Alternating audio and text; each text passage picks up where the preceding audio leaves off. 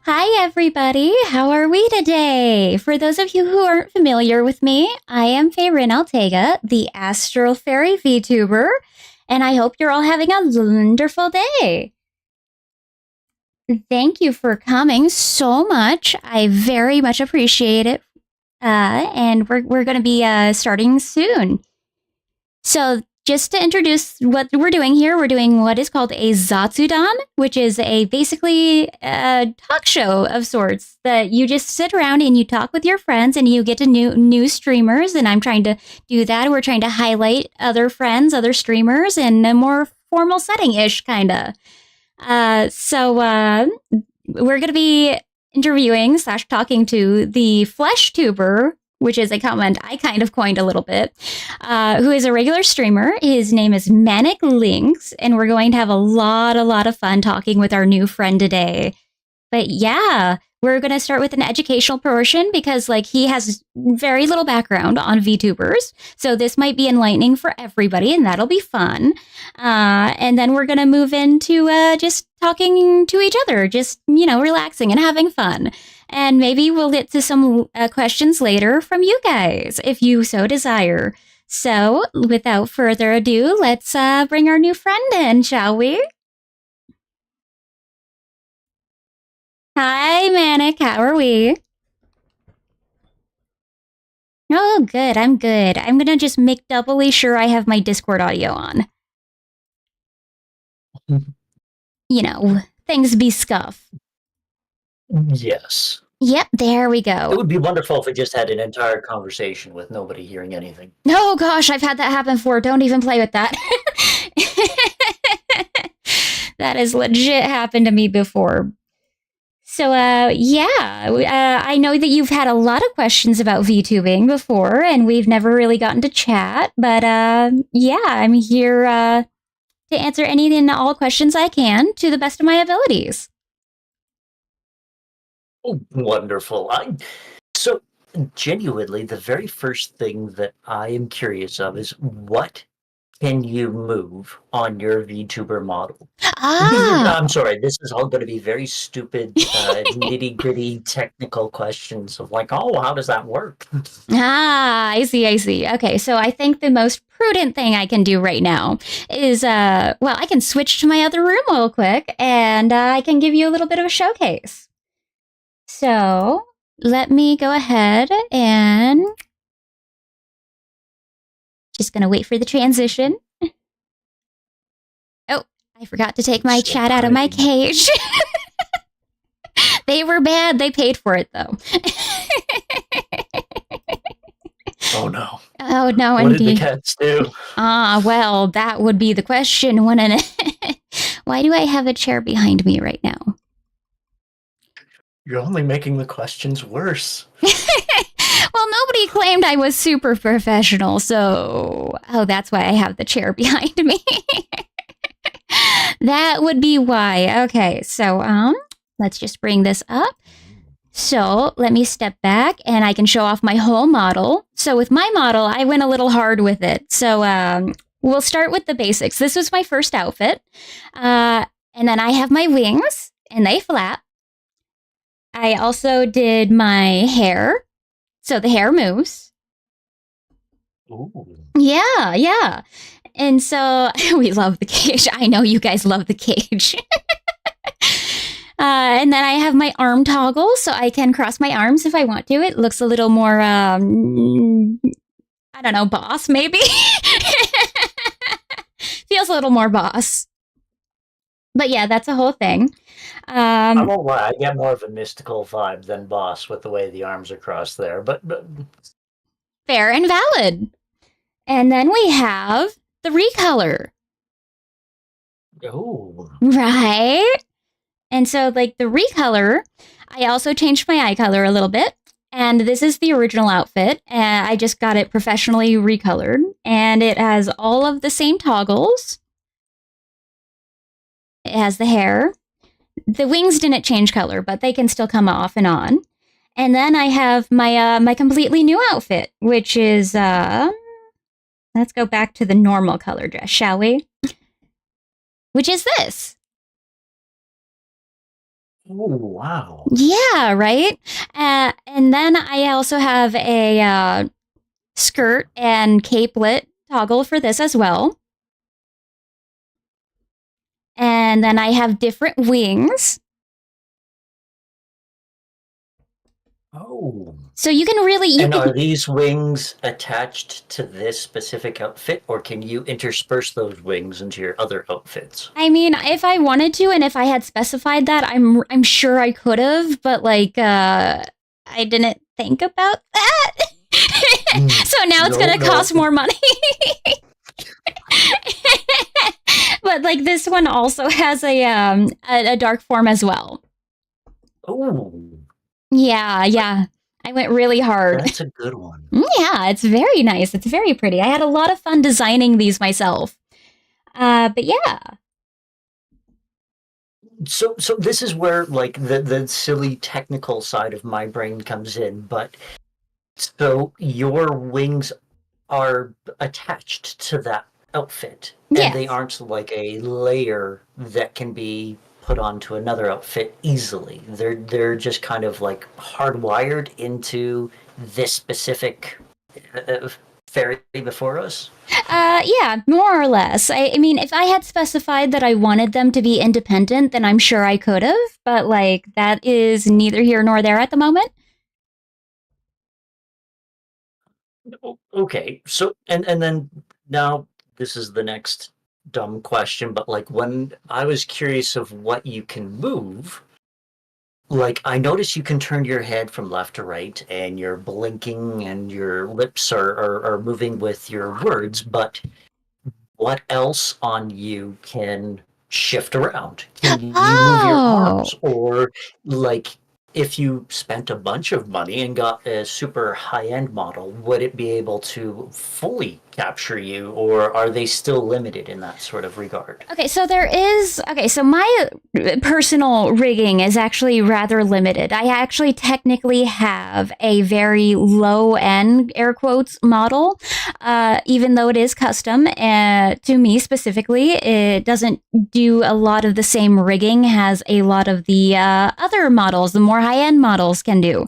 So, but it is actually really easy to show you with this particular outfit. But like as you can see, the hair also moves. Yeah. And so like parts of the outfit also like you can see the little shawl, the ribbons on the feet move a little bit, the skirt is swishy, the tassel on the leg and the waist is also swishy. Like little movements like that. And like so that like I said, my model is not as dynamic as some of the other ones, so it is more limited. But there are models that have like full on like even my arms a little. They move a little bit, but some rigging is a lot more better. So, okay, now the arms and your hair, is this like your camera picks up your head movements, and as you look left to right, that's what's making your hair swish to and fro, or are you actioning it with a button or something? No. It's all motion capture through the camera. Oh, wow. Yeah. That's what we call rigging. Okay, no, that's it's kind of what I figured. It's just like I know your wings must be a button that you need to press and activate when you decide to, take to the skies and rain your terror down on those who oppose you. But You're it's a delightful. genuine. You are so delightful. Anytime. Rain my terror. Sorry, I interrupted. That struck me. No. But yes. Anytime. I did mean for it to be funny. I won't lie. But yes, But the that wings is are a a button. Yeah. okay.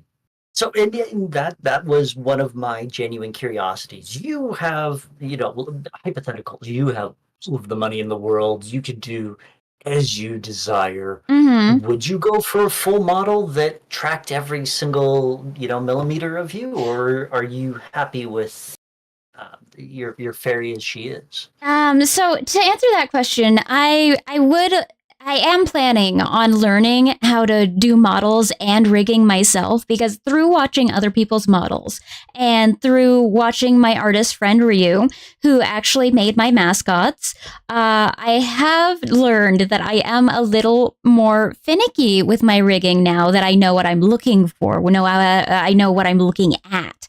So yes, I would like it to be a little more dynamic, a little more flowy, a little more, just more, I think is a good way to put it. So yeah, no, in the future, I would love to update my rigging. It's just, it can be quite spendy.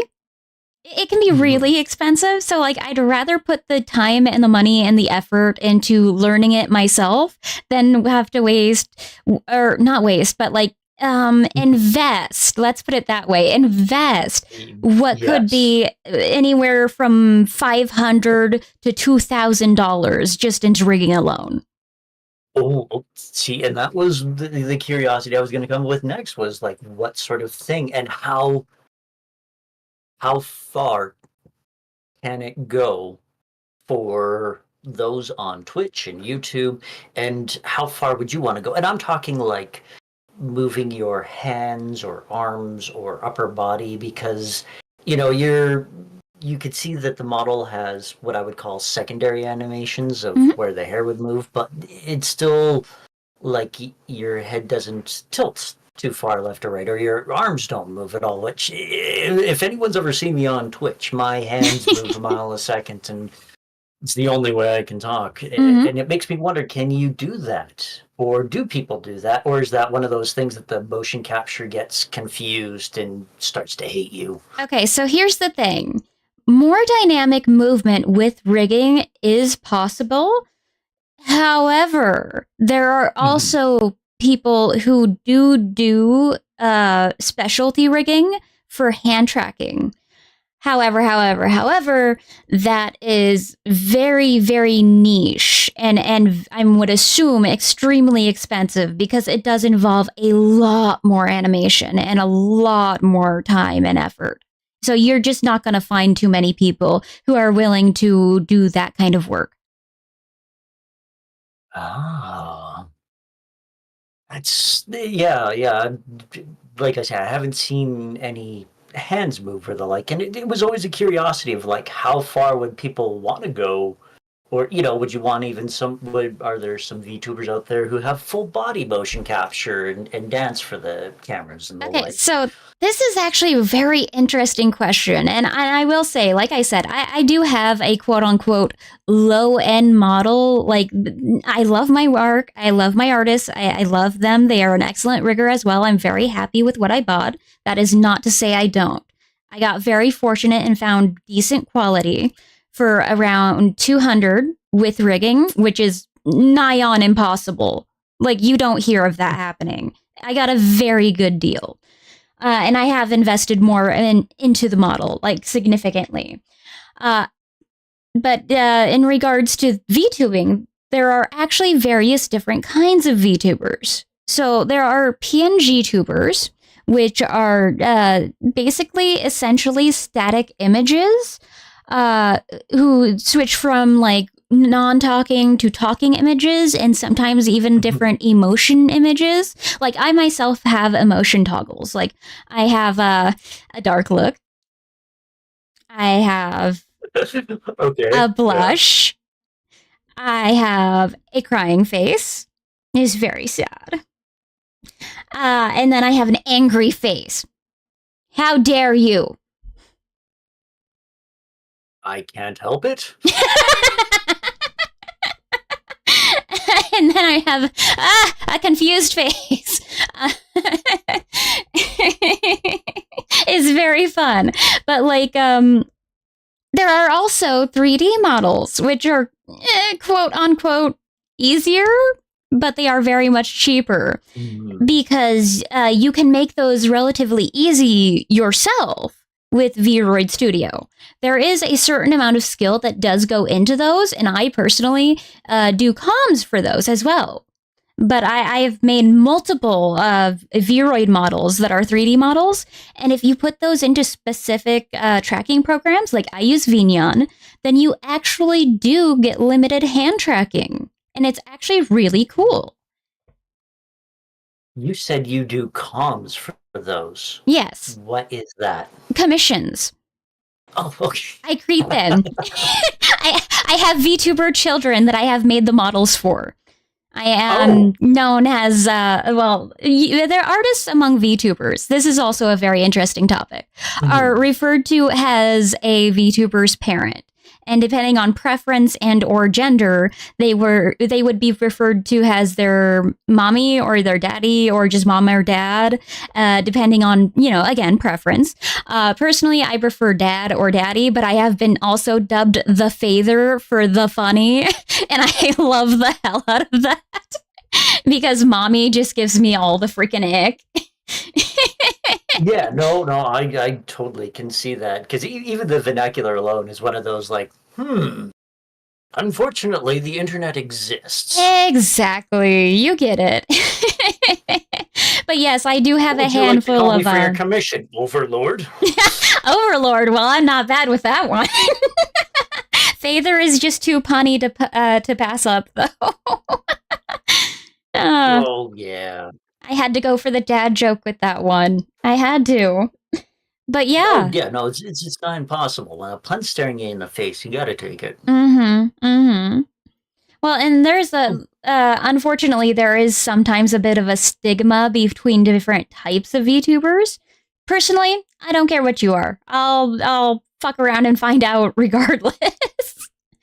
But not everybody is as open, and unfortunately, it is a thing. But like, we are very accepting of all types of VTubers here. Okay, so I just now instantly had 1,000 more questions, and one of the ones that I don't know, maybe you don't want to answer, and if you don't, please say so. But have you ever been disappointed in any of your children and how your commissions have been used in the VTubing world, or is it one of those things that once it's released into the ether, you wipe your hands of whatever you've created and let it become whoever now owns its, custodian? So that is actually a fairly interesting question. So there are very mixed opinions on this regard, because, some artists are very hands-on and some artists are less hands-on. I personally don't believe that, okay, how do I put this? Anything that is done after I have given a VTuber a model that I have worked on is not on me. Like, if something needs to be fixed, that's fine. But if it comes to the morality or actions of one of my children, I can and will not be held responsible for that. They are their own entity. They are their own people. And that is that. And I honestly don't mind personally if they feel the need or want or desire to have their model changed in any way, shape, or form. I am a very loose daddy.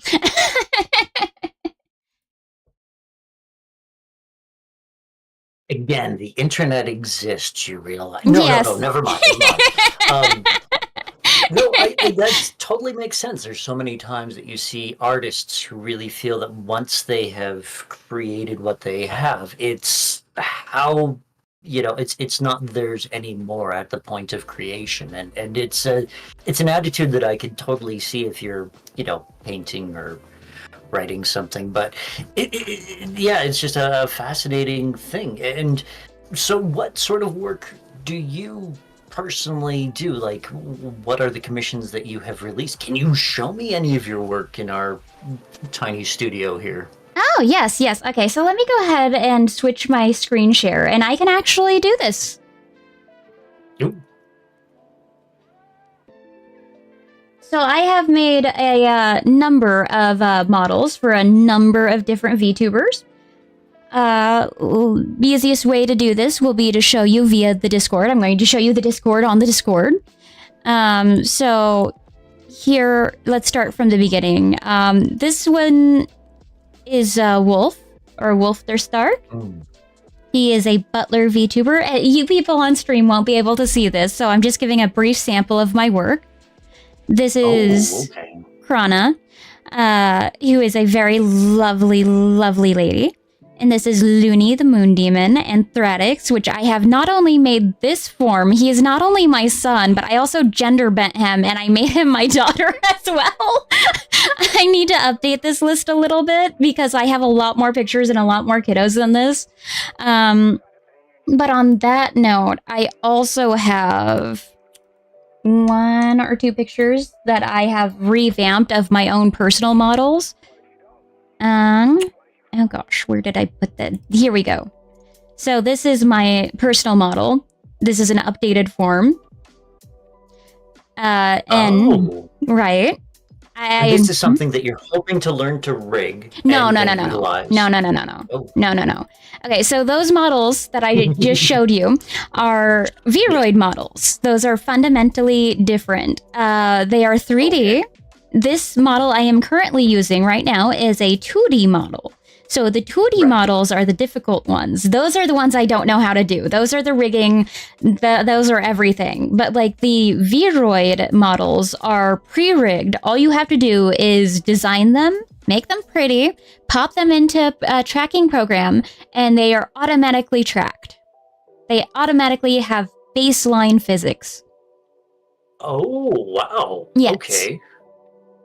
Oh, now, okay, I'm getting more and more of what's going on. Because that sounds easy, and that's how I thought a lot of the systems worked. I didn't realize that the 2D models were so intricate. I guess it's one of those that if you tore it down, you would look like a wireframe of what your eyes and eyebrows and mouth all individually do, right? Right. So, like, this is the reason why live 2D models can go anywhere from on the very low end, like I did, 200, including rigging, FYI, all the way up to, like, the high end, which could be, oh gosh, I don't even want to say, like, $10,000, including rigging. It can be absolutely wild. So now the wonderful question, why the preference? Is it that this looks better to you, or is it taste? Why the 2D versus 3D and the differentiation that you'd want to learn the 2D, as difficult as it seems? Okay, so there is actually a little bit of a deep dive in this regard. So what happens with this is that unfortunately sometimes there is, how to put it, a bit of a hierarchy among VTubers that are seen as quote unquote better, even though not all of us feel that way. And unfortunately, this is the case. Again, I don't feel like this. I accept everybody. All of my friends know this. There are PNG tubers, technically would be seen as a starting point. Then would be Vroid models, because they're very easy to make yourself. And then at the top tier are the live 2D models. However, I didn't know any of the prior options. I didn't know about the PNG tubers. I didn't know about the Vroid models before I had started looking into this. As a baby VTuber, all I knew was the live 2D. And I wasn't even aware that you could buy a quote-unquote off-the-rack model to customize yourself. Oh. Yeah, and so, those to be clear, those are not quote-unquote custom models, but those are customizable, so they have limitations. Right. I think I understand what's going on, especially considering in video games how many player models are all kind of basically off the rack like that, and then what hair and eyes you throw on them, let's say in a character creator, of how it shifts and changes. Exactly. Okay. So that is a little bit of a difference in the whole thing. Personally, I rather like my Vroid models. I've just been really lazy about updating them, but I also adore my OG model, which is, this one. This one was my first technically my first ever model. So it'll always, of course, have a special place in my heart. But I also want to learn how to do them so I can do more fun stuff because I already learned the Vroid. And I feel like I can do as much as I can at the moment with that. So the next step is to get an art tablet to further my education, to further my knowledge, to further my capabilities. Ooh, are you professionally trained in the artistry of drawing? No, not even a little. not even a little. Everybody has to start somewhere, though. Oh, absolutely. And it's just, genuine curiosity of where you start and how it goes. So, mind if I change the subject? Not at all. Oh, wonderful. So, where you showed me all of your moods. Is it difficult for you sometimes to, be mad at someone and then forget to press the mad button? Yes! Yelling at them? All the time. I forget about my emotion toggles all the time. Or I'll combine them in really, really weird ways. Which is always fun. Like, there's the dark yandere look, and then there's a blush that goes with it, so it looks a little, So, yeah, that's... I'm afraid for my life!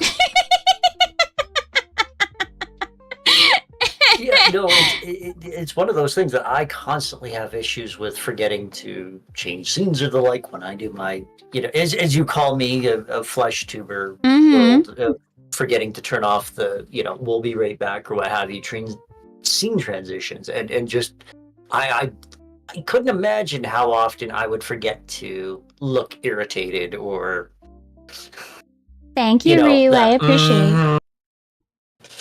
Yeah, no. I do that all the time. I actually fairly recently did it with my my confused face, and that was wild because the part of that phase is that it automatically has the mouth open a little bit, and so that messes with people a little. And I'm like, oh my god, how long has that been on? No. Oh, wait. So, the mouth never fully closes in the confused phase? Yeah, and I don't know how or why or whatever the artist did that, but, it's fine. I'm not complaining. No, it's one of those things that genuinely for a while I was really wondering if when it came to VTubers, if that wasn't something that was automated, especially that it would be able to understand. And so, and to that end, what indicator in your world is there that that's going on, or is it you have to look over to your other screen and see that your fairy is still, in her yander phase? So apparently, according to Thradix, he might know a little better than me. I'm not sure. It depends on the model. There are some people who can set up their facial expressions to do the toggle for them. I'm not familiar with such a thing, so I can only speak for myself. But personally, you just gotta be aware of what's happening on that particular screen or program. That's why it's always good to have OBS visually, just up and, somewhere where you can see it. Because you can forget, and you do forget, and it's a thing. It happens. Oh, no, I do constantly, and I always have the OBS open, but actually looking at it. Yeah, all the time. I mean, sometimes a lot of people would just straight up game through it. I couldn't do that because that's such a small freaking window, but, good God. But wait, yeah. How do you mean? Your gaming window is small? No. I mean, some people just purely game through their OBS window. Oh, no. Yeah, no. Yeah. But yeah, no, when I went and got into VTubing, I got into VTubing, really hard. I got into all the lingo, all of the rabbit holing down different, corporate VTubers. Everything. It was such a culture shock, and I was so in love. And, I ended up getting so many Oshis, and it was just so much fun. Okay, my brain's melting a moment here. I have to stop and rewind. That's okay.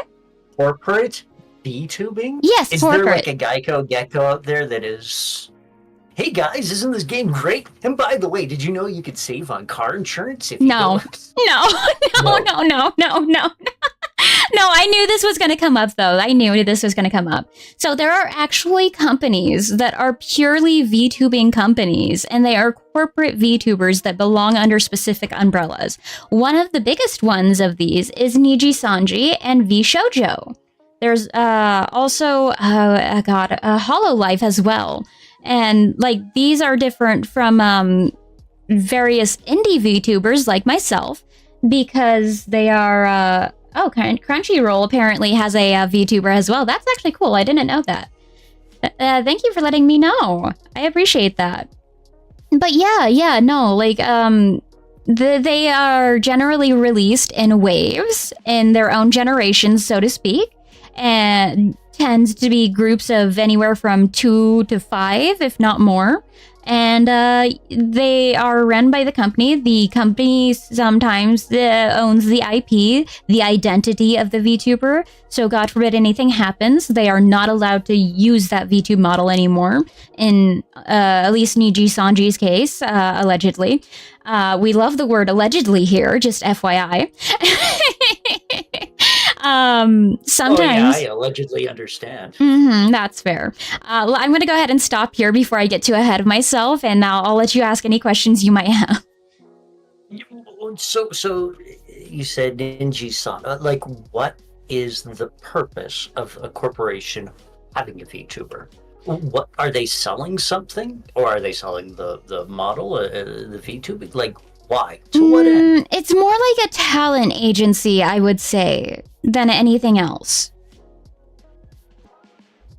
And the talent is... the person behind the model, but the model is part of the experience. And what are they typically doing, though? Is it... what are these people doing for their VTubing ways? Is it like a chatting stream or some gaming? of them do Zatsudons, which is what this is. This is technically a Zatsudon, which is basically a chill stream where you have company and you're just sitting there talking and chilling and hanging out and having fun. And then some of them do cooking, which is they do hand cam streams, but they still have their model up and moving and rigged and everything. Other times they do gaming. Gaming is a popular one. They also will do ASMRs. I've recently gotten into that, which means that's right. I've been meaning to send you that sample that I did recently. Yeah. I have been curious. Shit. Oh, wait. That is my bad. Oops. Okay. The void. The void, indeed, the void. But yes, I actually, I have a rough cut of one of them, and I can send it to you. Well, actually, probably now, but like, yeah, no, and that's been a lot of fun, honestly. No, I know zero VTubing lingo. Yeah, VTuber lingo is kind of wild. It really is. But yeah, no, like there's a whole bunch of different niche kinds of content that you can do, up to and including art as well. See, and that's something that I find just absolutely wild, especially the cooking one that you just mentioned is, it seems incongruous to me that you would have your real life fleshy hands there cooking while your VTuber is jibber jabbing to folks. It just feels like a weird break that you wouldn't Okay. So there is actually a term for this. It's called an immersion break. And I like, even if they do hand cam streams, a lot of them will still wear gloves and not show any skin or show very little skin to avoid breaking immersion as much as possible. It's a whole thing. Don't want to show any sensual wrist. I got it. Yeah. It's how dare.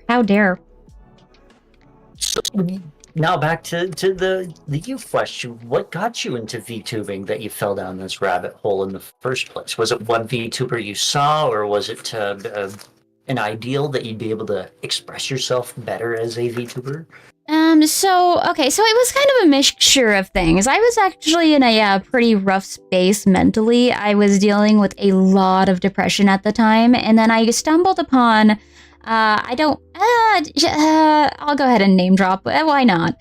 Shoto the Rogue was my first VTuber ever, and he is actually a very, very popular indie VTuber.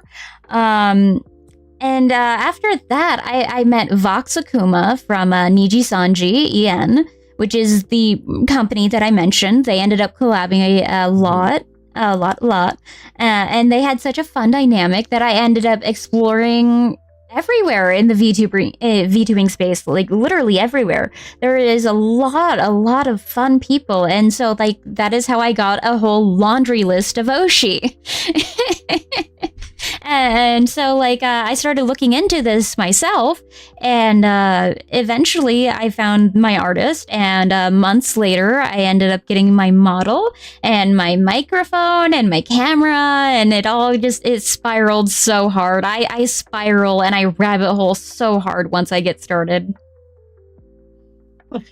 So, okay, you find it and you start getting into it. Now, is this liberating for you? Because there's moments where I was thinking of it like someone once mentioned about ventriloquism, and this is going to be a very weird connection, but follow the rabbit that's tumbling down a hole, is that ventriloquists are some of the few performers in our lives who can say the first thing that comes to their minds because the puppet says it. And it's okay. It's a safety that the puppet says those weird, unusual, or instantaneous thoughts. Is that a break that you feel as a VTuber, that you can kind of be more expressive and do things that you, as your fleshy, normal self, might not be able to say or do on camera?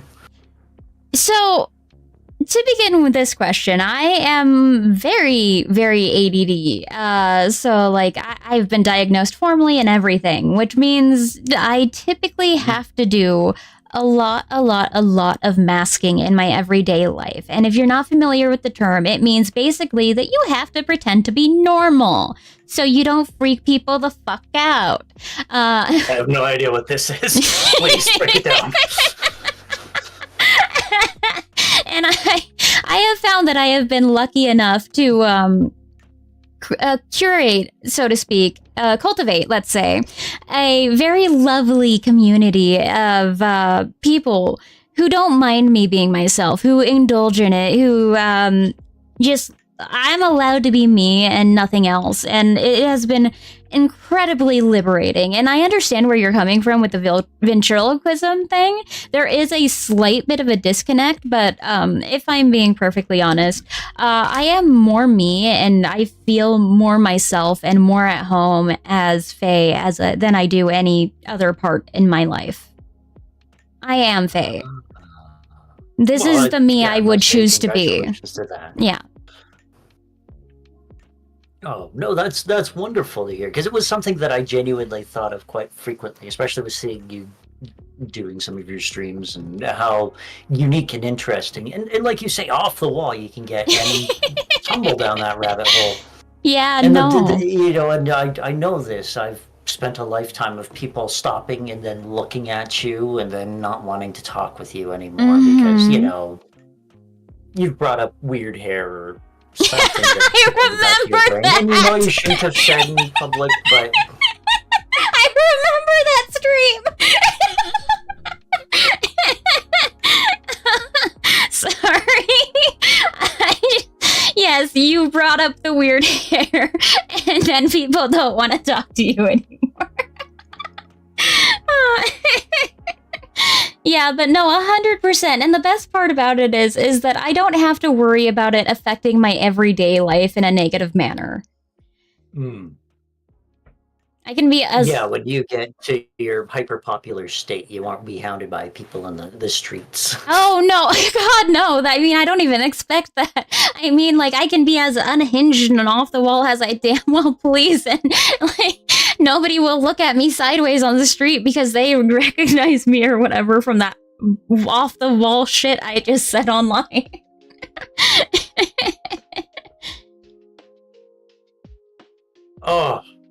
Oh no, my brain just stopped now. Like I say, it's just one of those fascinating things of how you got there. So you found this wonderful outlet and a way to express yourself and be more you than you've ever been before. How did you choose the streams then from that point? What I typically see, you were kind of doing ZZZ or the Hanakai Rail or Genshin or Wuwa. Genshin.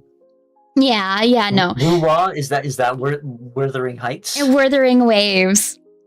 Oh, okay. Yeah.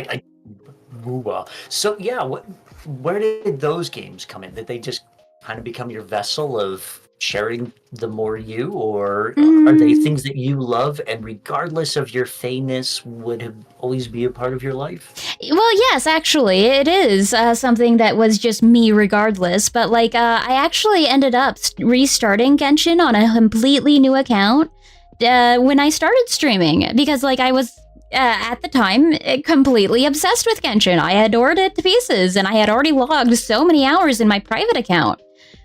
So yeah, no, like Genshin was the first thing I started streaming, and I actually ended up streaming Genshin almost exclusively when I first started streaming. And then I started branching out to other gacha games. But sometimes I do feel like I've been put in a box a little bit with the whole gacha gaming, but like honestly, I don't mind it and I find it really enjoyable, and it's all games that I would probably have played anyways, so it doesn't bother me too much. Oh, okay. So we're going to break some things down because my lone brain cell sometimes rattles in my head and makes strange noises. But gotcha games, as I understand gotcha, is that not like the capsules from Japan, Japanese vending machines that give you various items that you might not know what the reward is? Is that, what do you mean when Yes. you apply that to a video game? Okay, so what that generally means is that there is a similar such system in the game, a roulette kind of thing almost, but it is very much a gacha thing, like one of those, little vending machines, and you can get characters and or their weapons via this system. And is it like other systems where you could tilt the table in your favor to get specific characters or items that you're after, or is it always 1,000% random and you're going to lose to RNGesus? RNGesus, we do love that one, don't we? So in regards to that, no, we don't. No, we don't. Clip RNGesus hates me. But I'm a blasphemer. What? I'm a blasphemer or something. I must have been excommunicated from the realm of statistical probability. But after playing Baldur's Gate, I just some days I wanted to weep. Oh, you poor dear. But yeah, no. So like sometimes there are special banners which have specific characters on them, in which case you need to wait for your character to be up on banner. Same thing with their weapons. Their weapons are typically on banner with them, but like on a even more separate banner. And then there's like the quote unquote regular banner, and that's just luck of the draw with fucking anything. No. So you mentioned that you kind of are now in these gacha game worlds.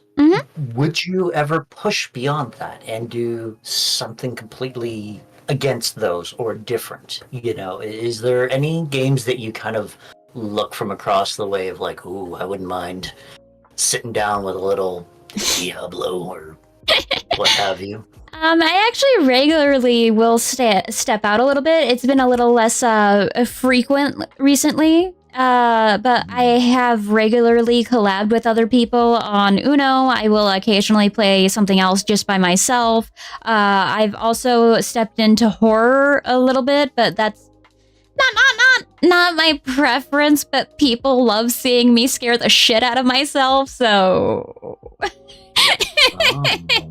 Apparently I'm very funny when I'm frightened, so there's that. I don't know if that's a great thing, but no, I totally get you. What horror games are you playing that, terrify you so? Well, fairly recently, I started fucking around and finding out with Poppy Playtime. Ooh. I only got past the first episode. even scared me a few times. Like, it got frustrating a little bit towards the end. I accidentally finished it by walking backwards through the vent chase scene. Don't ask me how that happened. I don't know how that happened. But it was terrifying because I was looking at Huggy the whole goddamn time.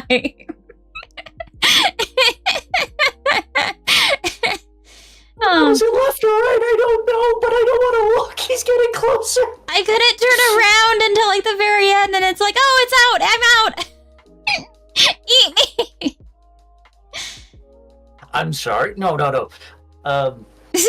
You're fine. Yeah. So you don't. It sounds like you aren't crazy about horror games, but are there anything that you would really like to play or wish you could do in a stream that isn't exactly up your alley? Like, something that or is there anything that you feel is like very unstreamable, but you love to do when, you aren't your fairiness? Okay, this is a whole new question.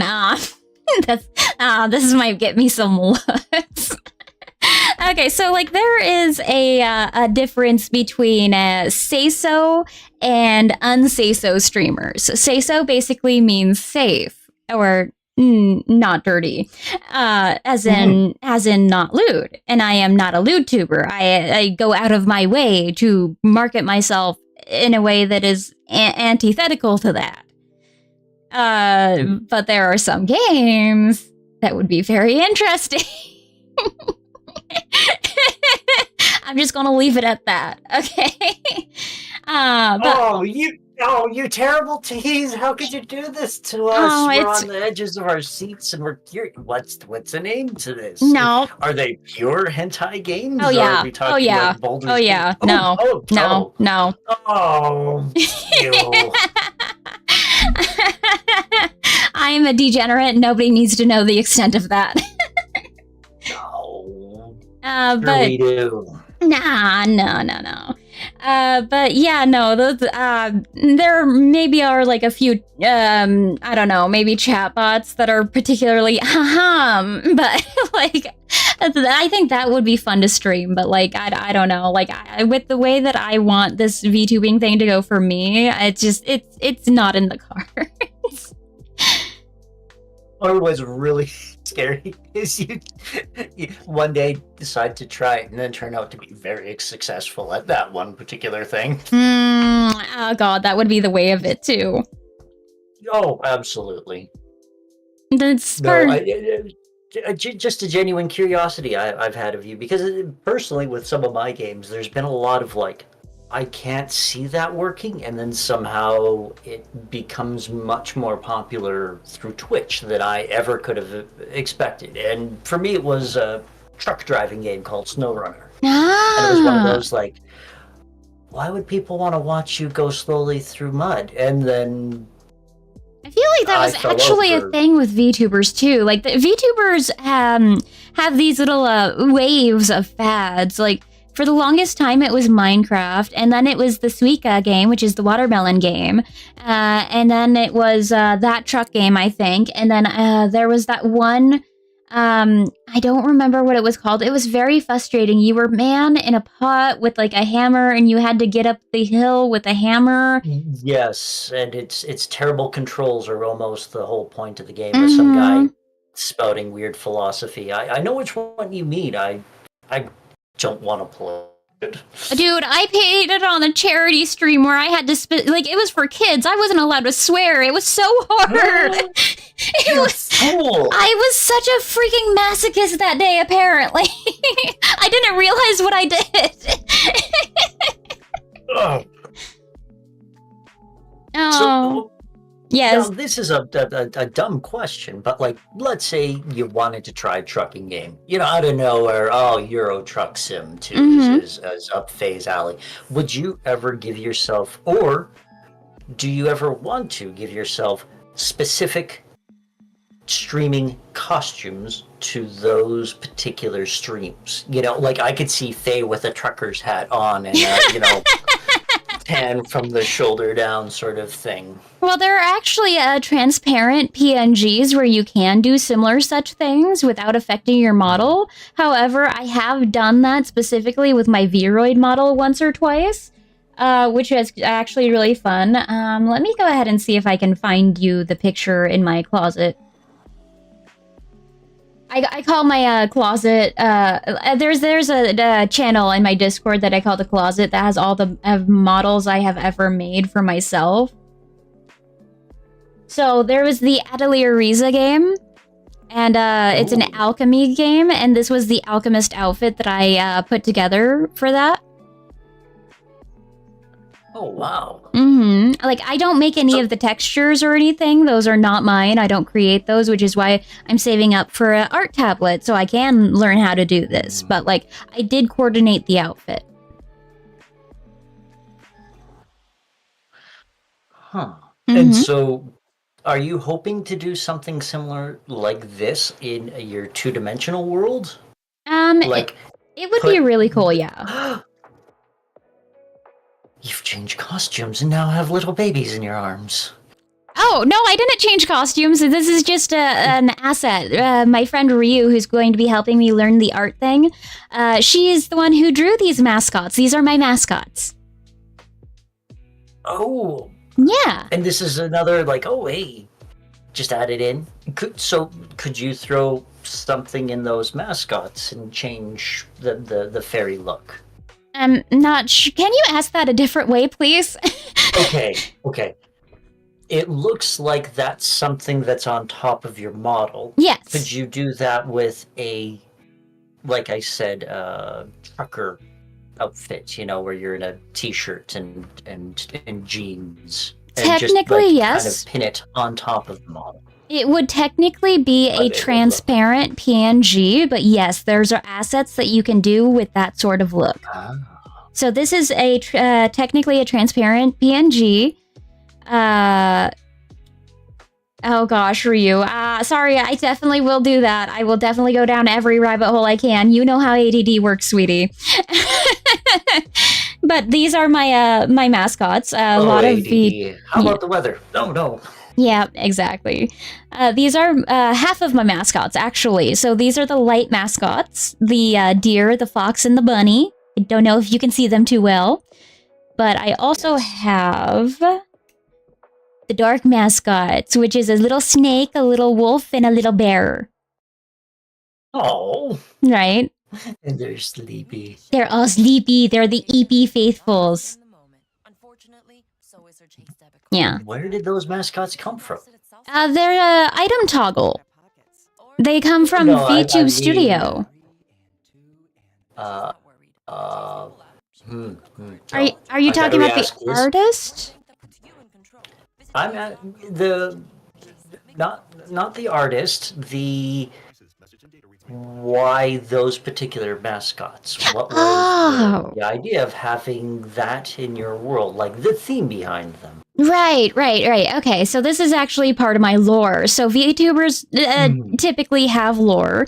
I actually have 2 lore videos that I edited myself. I storyboarded them myself. But yeah, no, like these are my faithfuls. That is my follower name.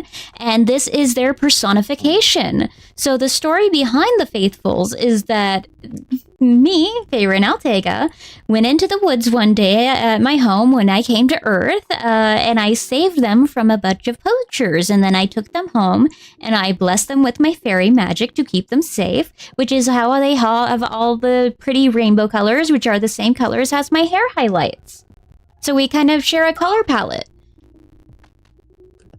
And your darker versions, how about them? Dark Fae needs dark mascots. It was an aesthetic choice. So, like, if the dark mascots, like, they can be any animal, dark, light, any animal, as long as they have the rainbow markings and, like, little hydrangea petals on them, they are considered one of my mascots. That is basically the rules. Okay. Yes, lore was the question, the words I was looking for. And to that end, what was the lore of Fae coming to Earth? Well, I was a fairy born from the stardust of the Milky Way. I am an astral fairy VTuber. And one day I awoke. I finally gained consciousness and sentience and intelligence and whatnot. And I came to Earth and landed in a garden. And in exchange for taking care of the garden, I was given access to a computer. And the world of VTubing was open to me. I see. Well, streaming. I should say the world of streaming. You're doing with their computer. Are these poor people know what you're doing with their computer? Are they aware of the other games that you're still playing when not on stream? No. How is this family doing? Is this like a Harry and the Hendersons? Oh no, I'm so old. I don't know what that is. Yeah, no, there's got to be a contemporary question to this. Harry and the Hendersons Basically, is a cinematic opus from the 80s with John Lithgow, who finds Bigfoot in the forest, and Bigfoot decides to live with the family while they try to hide him and make sure that the world at large don't realize that the Bigfoot is with the Hendersons. Okay, so the best way I can put this is, you know what a mother-in-law house is? No. Okay, so a mother-in-law house is basically like a small studio type thing that is in a separate little building, like a single room house, basically, more or less. And it's called a mother-in-law. And that is where you put, you guessed it, your mother-in-law. And so it's like that kind of housing situation in my canon. Oh, I see. So they have no idea that you're there or what you're doing. No. They know I'm there. No, they know you're there. But they don't know what you're doing. No. I got it. So, like, I have my own private space, and that is what it is. And they respect it because I do all of their gardening. Yeah, I won't lie. If I could get someone to pull weeds, I would house them as well. It's quite a large garden in my canon. A very, very large one. Magic helps. I genuinely had this mental image of Faye the Fairy playing Farm Sim 2022. That's hilarious because I also love farming games, like the Harvest Moon games, the Story of Seasons game. I fucking love those so much. I prefer to think of you as large equipment. Ayo. Atop a combine harvester. I heard large equipment and I'm like, what?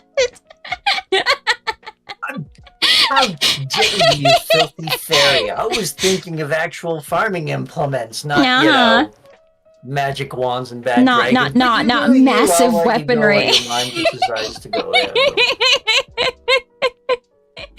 I did say so 18 plus. We have adult senses of humor here. And the stream is marked as such, so. No, I was trying to be, non-pornographic for at least a few moments. For a few minutes, yeah. Well, now that I don't have a camera, I'm just completely nude. It's the only way to be. Nah, that's hot. Ooh. No. So where did the idea of the fairy come from? For you personally, where did it all start that, not just the lore, but you personally in your VTuber journey, why a fairy? This exact persona? Okay. What started it? Is this kind of, like you say, part of you and you've always felt a fairy inside, or? So, I don't know exactly how to put this. Let me try and pop off here. So I think the best way to let me ask you a question first. Have you ever had a series that you were so in love with that you made yourself a character in that world? Yeah, probably. Okay. Well, it's kind of like that concept. The physical appearance of my OC was always the same, but I would always insert this one character who didn't have a name, or not an official name yet. The physical appearance was always the same. And I grew up with that. And that was that got me through a lot of hard times. Like a lot of hard times. You have to have a coping mechanism. And so, eventually, when I got into like watching VTubers, I'm like, holy crap, I can fucking do this. Holy crap, I need a name. And so like I needed something that personified this character of mine. And I've always been obsessed with fairies. I've always been obsessed. Like my first book was the Brothers Grimm fairy tales, like a really old copy of the Brothers Grimm fairy tales. So I wanted something that was a kind of a nod to both that and my Irish heritage as well. So I actually took part of my nickname IRL and Faye, and like that ended up being my first name, and I fell in love with it, and I wouldn't change it for anything now. Honestly, it is kind of crazy how ridiculously punny the name Faye has become, and I adore it for so much of that. And then Altega was actually a bit of a nod to my interest in the Japanese culture, which I have also been heavily influenced by for over half my life. So I don't know if you're familiar with the Tanabata festival. It sounds familiar, but I'm not placing it. It's almost kind of like a Christmas thing where they put wishes on colorful paper and then attach them to bamboo. Are they typically doing that at a shrine, or is it anywhere that they're attaching those wishes? It's anywhere as long as it's on a designated bamboo plant. Okay. So the thing about this is that it has a lot to do with Orihime and Hikoboshi, which are a couple who was separated by the Milky Way, hint, hint, hint, and they were never allowed to be together. Can you break it down? And they were never allowed to be together because of that separation, because I don't remember all of the details. It's been a while since I've learned this. I learned it in school, I think. But they're also known as Altair and Vega. And so, like, I combined the two words, and I am Altega. Now, the Tanabata Festival is actually lorically also my birthday. And so, wow. For those of you here today, that would make Altair and Vega my parentage.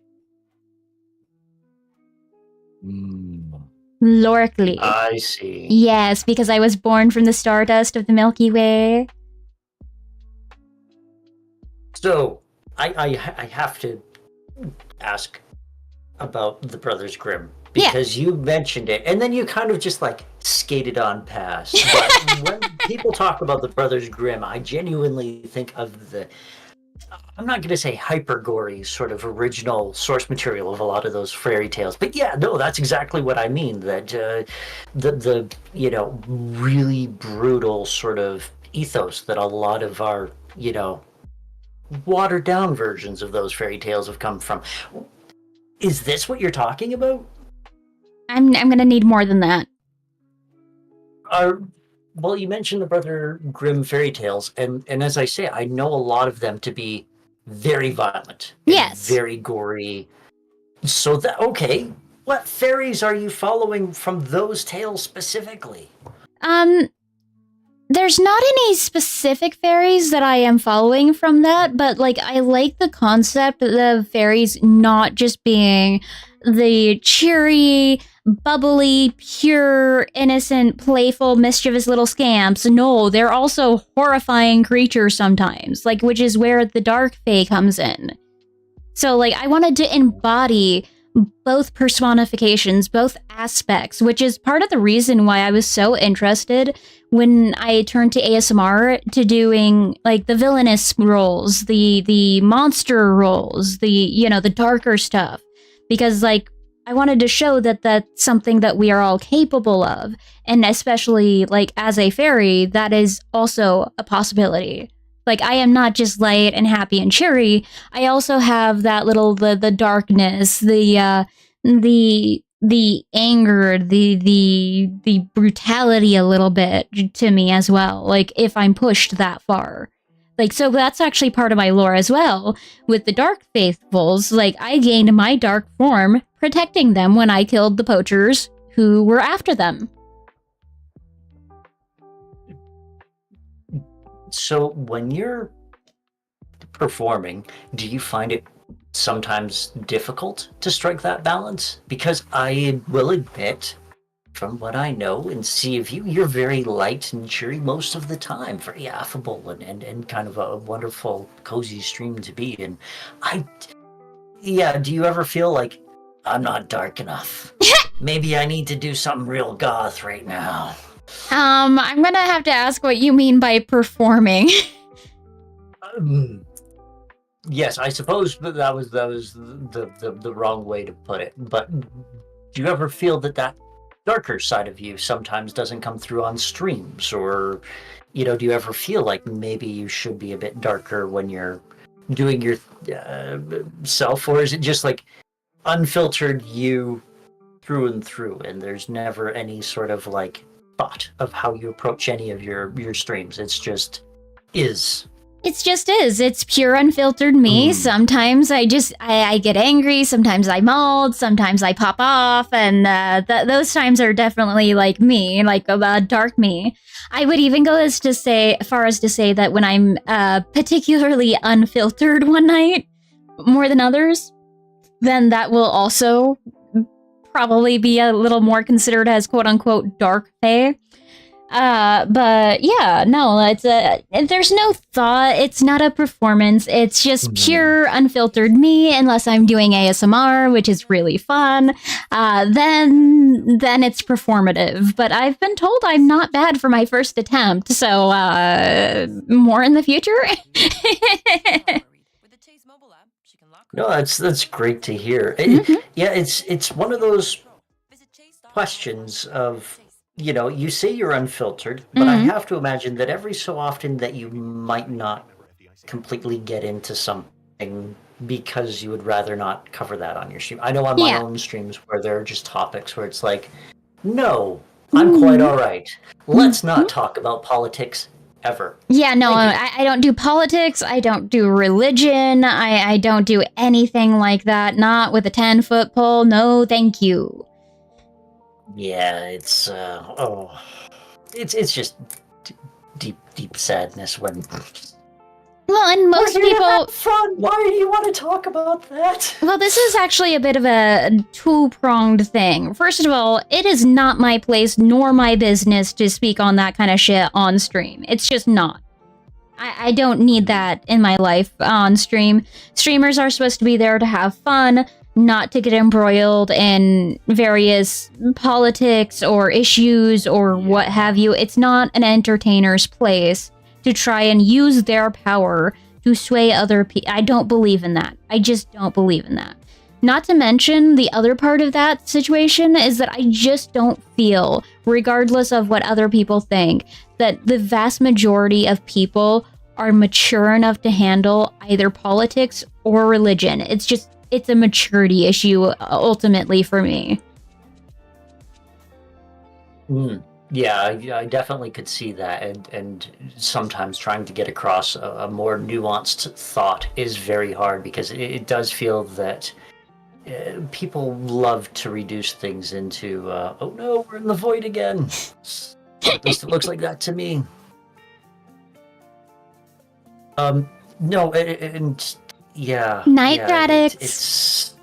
I totally get what you mean, and then on top of it, and I don't know if you ever have this problem yourself, but sometimes a lot of my brain power is going towards whatever I'm playing, and then trying to get into more complicated, nuanced moments within, chat's conversation, and it's like, oh no, I think I'm going to start drooling.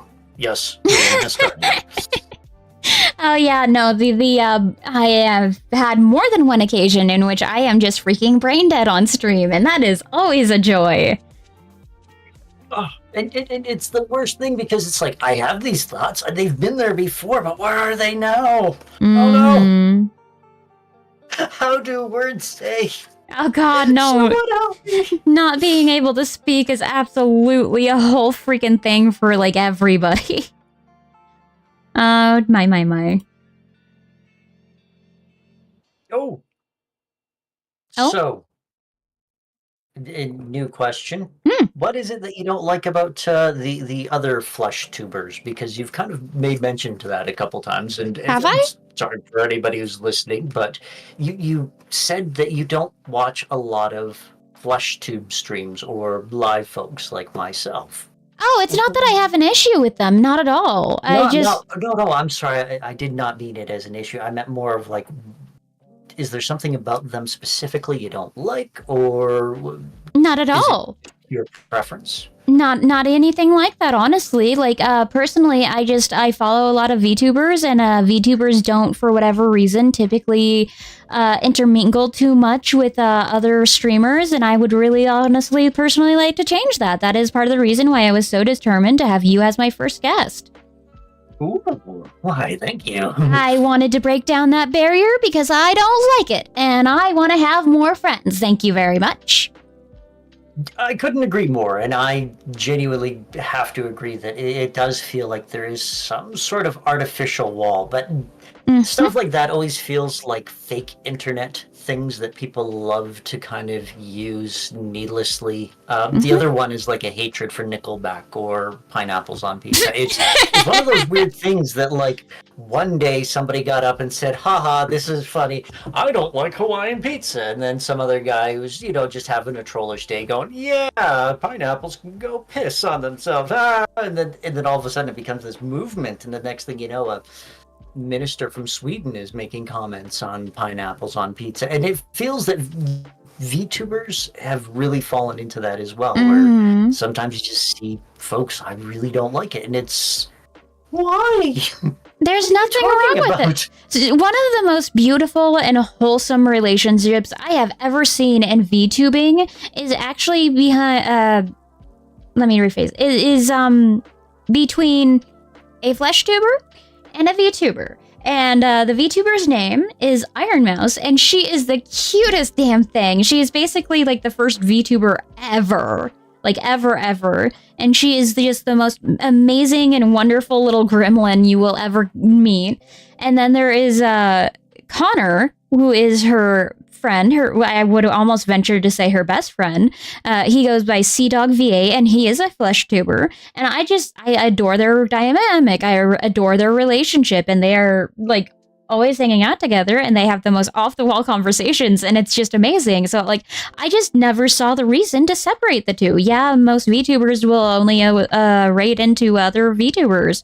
And so, like, that can be part of the problem, which is why I like it when I can meet, flesh tubers. I can follow new people. I can meet new friends. We can chill and chat and, bullshit together.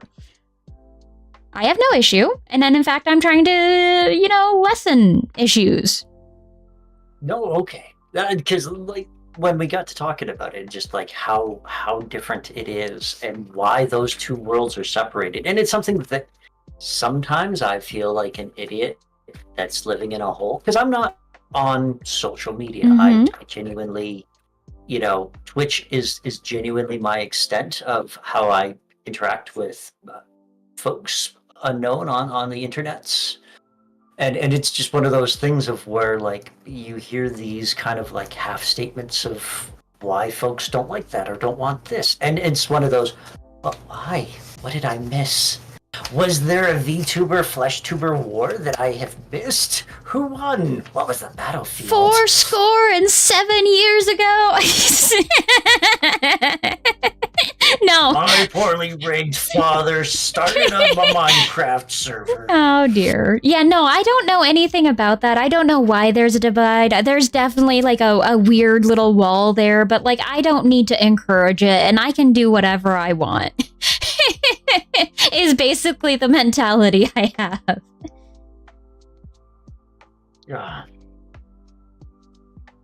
No, it's just one of those weird things. And you kind of mentioned it too. And so it was one of those interesting things. And so to the other side of the scale, what is it, in your opinion, that you feel makes the VTuber community so strong? Because it clearly seems unbelievably powerful. And it seems that there's almost an instantaneous camaraderie that comes along with some of the relationships that you've had. What is it exactly? Is it just people who, much like you, have found themselves, or do you think that perhaps viewers just kind of appreciate, your style or particular ways? What's your opinions on this?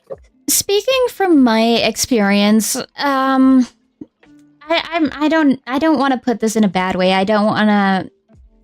It can be a little bit tricky to word this, so forgive me if I offend anybody. But I find that a lot of people within the VTuber space seem to be rather, let's say, neurospicy. We are very divergent thinkers in the everyday world, and as such, we find and attract people who are our unique blend of neurospicy and the weird way we are, and we're able to mesh and vibe with that and understand that a little better than normal people would.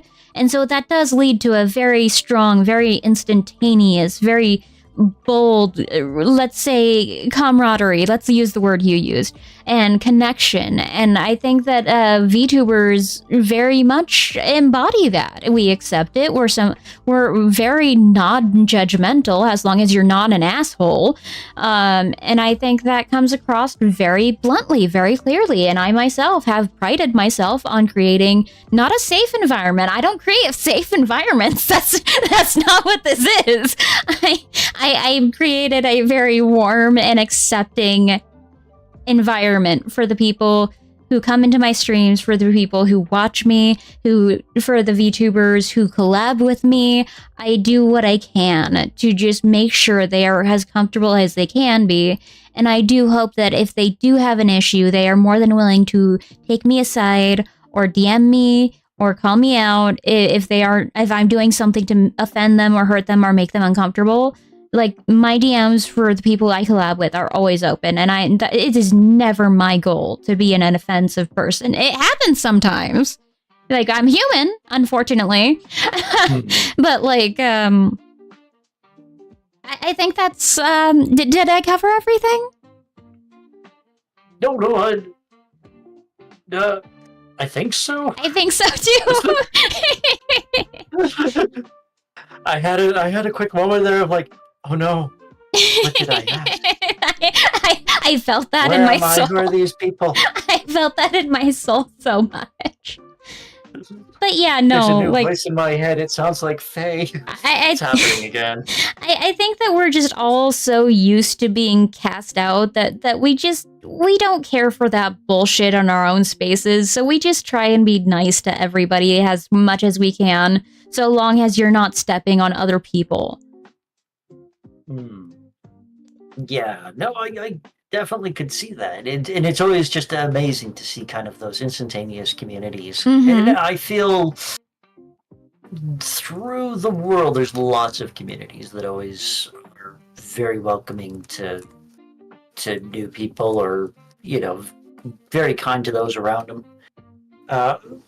Yeah, I have to admit, that feels like the vast majority of all of the things I were curious about. I think I've run out of things that I wanted to know. Well, I know you were also curious about some of the slang and some of the vocabulary as well. Oh yes, you definitely used some words where I was. Uh-oh. Yeah, no. Okay, let's start with the word Oshi then. So Oshi, I know I've thrown that word around a few times, so I'm sure you probably would love to know what that one is. And Oshi is more or less a VTuber that a person, whether that person be another VTuber or a follower or an audience member, looks up to, basically. They idolize them in some way or form. And in the case of other VTubers, it may be a person that they aspire to be like. So, there are... sometimes people only have one Oshi, in which they follow them very avidly. Let's say, I think that's a nice word for it, avidly. And then there are kami oshis, which is basically a god oshi, which is an oshi that is your most prominent one that rises above all other oshi. That is your main person that you support. And it's seen as a very flattering thing in the VTuber community. So like one of my Oshis would be a guy called Vulpine Voice. I very much admire him, and someday I would like to be as good as him at his ASMRs. I think he's a wonderful person. He's very fun, very gremlin, and I just really enjoy his content. There are very many other Oshis I have. Because I don't believe in limiting myself, because there are so many wonderful entertainers. Okay. Mm-hmm. And this also ties into another very interesting aspect of VTuber culture called an Oshi mark. Now, I'm sure that you've seen, like on my Discord server, for instance, near my name, I will have a butterfly, a shooting star, and a moon, yes? Mm-hmm. Yes, those are my Oshi marks. Those are emojis that symbolize me as a VTuber. Okay. So, like, if a VTuber chooses a specific emote or a string of emotes, you can basically show your support for your Oshi by including those emotes in your responses or your posts or what have you for that VTuber. So would this be every single response would have that mark within it, or only when they're conversing with that specific Oshi at the moment in time? I mean, it could be yes, it could be no, it could just be whenever they feel like it. Sometimes, like, if it's a reaction to something that they post, they could just react like that. Or they could put it on, like a fan art, for instance. If they share a fan art of their VTuber Oshi or whatever, then they can also put that on the post where they shared the fan art. Have you had any fan art of yourself? Yes, I have, and I get so happy every time. I've cried so many times because of my fan art. It was so flattering. I can go hunt it down real quick. I think the first ever fan art I received was technically from Yuki, but I also received one from my follower. Yuki was my first VTuber fan art, and oh gosh, this is far back. Here we go. This was the first fan art I've ever received my Dark Fae, and this was from a user called Rien Trash. He's one of my VIP members. He's been with me basically since the beginning. And it was very precious to me. And then I also... Yeah, no, I legitimately cried the day I got it. Because I was so goddamn happy. And then I also have a fan art tag, 2 fan art tags technically, under my Twitter. So this is another piece I've gotten, which is beyond stunning. Yeah, that is absolutely talented. Mm-hmm. So nice. It is, it really is. And I'm actually using that one for my Discord profile pic. I commissioned this one myself, so this is technically not a fan art, but... I was going to say, it's a bit more horizontal than some of your other pictures. That's a nice way of putting it. This one was a birthday gift, but this one I paid for. These were both made by Ryu, once again. And then Miso, one of my VIP members, made these 2. It was a reference towards my light and dark forms. Thought it was beautiful. And then this is another one from Dala.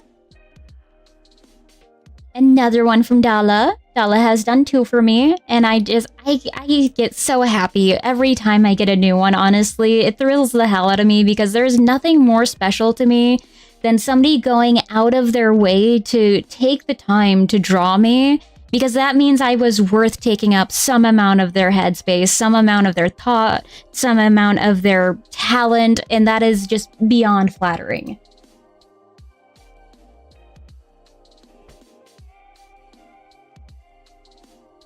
Genuine question. Hmm. What if you got spicier artwork? So I do have a tag for that. I do, like, I'm not stupid. I'm a busty anime lady. I know that it's gonna happen one day, so I just want it to be under the correct tag when it happens. I prepared in advance for this.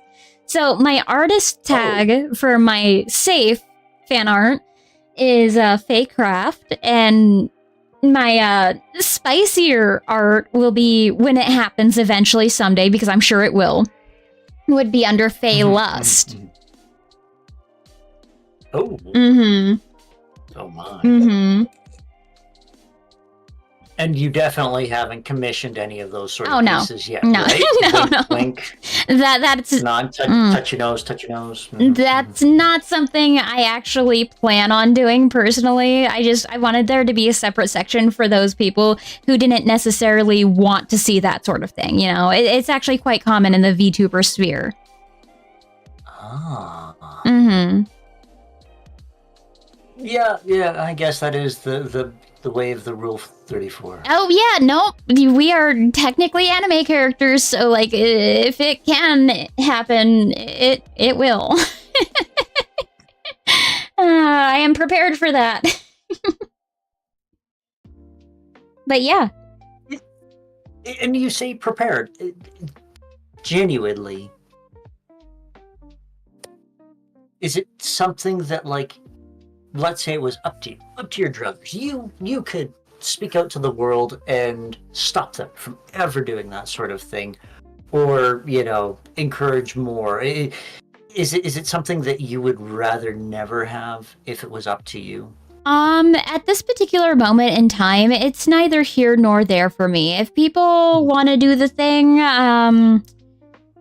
I don't know. I would have to say, if I had to put limitations on it, probably nothing like ridiculously hardcore, like tentacles. I don't want that. But like, oh, that's where the line's drawn. That's where I was imagining like this, like illustrious boudoir photo. No, that would be tasteful. Boudoir is yes, no. That's tasteful, but like tentacles are no. So much no. That's just like the one thing I just don't want to see myself in. Oh, it's specifically tentacles? Yeah, no, it just that or slime. No offense. Oh, okay. Because there are I know some slime VTubers, and like I just want to say no offense on that front because of that. But like no, I don't want any of those two in particular. It's just really, really not my bag. I hope everyone is listening and taking notes, because this means that, like, the bar is so low. And ogres are ready to go. Oh, don't. I could say stuff, but I'm gonna get myself in trouble. Come on. No, I don't need to. We've already dug ourselves into a hole. I don't intend on getting out. So how about that local sports team? I'm sure that new rookie is gonna go places. Yes, and he does the thing with the sports ball. It's quite amazing. I'm sure he gets a home run and a touchdown all at the same time. I sadly am Canadian, so I have no idea what you're talking. No, I'm sure. Like, no, the bar is very low. But yeah, no, like, it is what it is. If it happens, it doesn't bother me, and I'm sure it will happen eventually, because like you said, Rule 34, but yeah, no, it's neither here nor there for me. No, it's quite the attitude to take, because it's something that I don't think would bother me, but then again, I don't get fan art at all, so... Yeah, no, it's a little different when you're an anime character. I mean, it was bound to happen eventually. So, here's a question that might be spicy. Okay. But what about the more animal-based VTubers up there? Is there a division in the community between them and specific anime characters, or is that still just another part of the community as it is? There can be a divide, but I am not actually familiar enough with this subject to speak on it. So, unfortunately, that's neither here nor there for me. Fair enough. Yeah. Because it is just one of those, again, another thing that occurs on the internet, and there is a definite divide a lot of places, and it, yeah, again, the VTuber world did make me wonder what that sort of divide would be like for you guys, if it's just as welcoming, or is it, again, everybody kind of standing from across each other in the room, not wanting to make eye contact. So, like, I do have one very, very specific experience. I'm not gonna name any names, but there was a very baby VTuber that did approach me. And they happen to be of that persuasion, which is fine. That's neither here nor there for me. But the one thing that did bother me was they immediately was all like, "Oh, I'm Faye's pet. She adopted me. We're family now." And it's like, what? That's not that didn't, what? And to be fair, there is a difference between the demi-human and the flat-out, straight-up furry. Like, those are completely different, and I don't know why. Like, I do know why, because I do know why. I'm let's be honest, I know why. Who doesn't love a good cat girl? Oh, so and the division there is that a cat girl would be a anime female with ears and a tail and a tail and a tail. How could you not have a tail? Yeah, right. And the furry character would be full fur, anamorphic, or like yes, yeah, I think is the proper term. Anthropomorphic. That's what it was. Thank you. I can't word. But yes, no, I think that would be it. A book series in the early 90s. You are right. But, no, yeah, it's like I say, that was just something that I've been curious about. So, yeah, I guess that's another thing that is one of those, I would almost say, is it an unwritten rule of like encroaching on someone else's lore as a new character, or shoot, I guess I want to ask more about that incident you had. Do you mind if I delve deeper into it? Yeah, go ahead. Okay, so did you feel that this was someone encroaching in on Faye's lore, or do you feel that this was somebody who was as you said, a younger VTuber, kind of hoping to leverage your popularity for themselves and increase their, viewership? As somebody who at the time was actually technically a very baby VTuber myself, I'm still largely considered a baby VTuber because I've been doing this for less than a year. So, like, yes, by technicality, I am still myself a baby VTuber, and I was very baby back then. So, like, that did not even, like, come to mind, like, at all. So, like, the only thing that was going through my mind is, oh my god, this is so uncomfortable. I'm scared. I want to leave. Oh, yeah. No, it sounds unpleasant, Mm-hmm. Like if this was a horror movie, I would be the first to die. Waiting in your front lawn. Yep. Yes. Oh, no, you wouldn't be the first to die. Someone would say something mean to you at a coffee shop, and they would end up killed. And then the cops would look into you and, oh, we should write a movie, Faye. Oh, gosh. He knows me so well, guys. He knows me so well. Well, he did see the blood. Oh, no, the police think it's me. Someone carved my Twitch name into his chest. I mean, to be fair, I did used to have a bloody axe before that was ruined for me. Explain. I don't know how much more clear I can be. I had a bloody axe. As part of your VTuber model, or hanging around the house that you would use on occasion to, like, dispense with the door-to-door salesman. It's a transparent PNG model Oh, asset. okay, because there was a brief moment where I was like, why do you have a bloody axe in your possession? Yeah. What are you using it for? I mean, I have a couple axes myself, but none of them are bloody, I don't think. I mean, I had to retire it because a lot of people kept on accusing me of using it on my friends every time they didn't pop into my VC to chat, and that ended up hurting my feelings a lot because I'm not actually a violent person.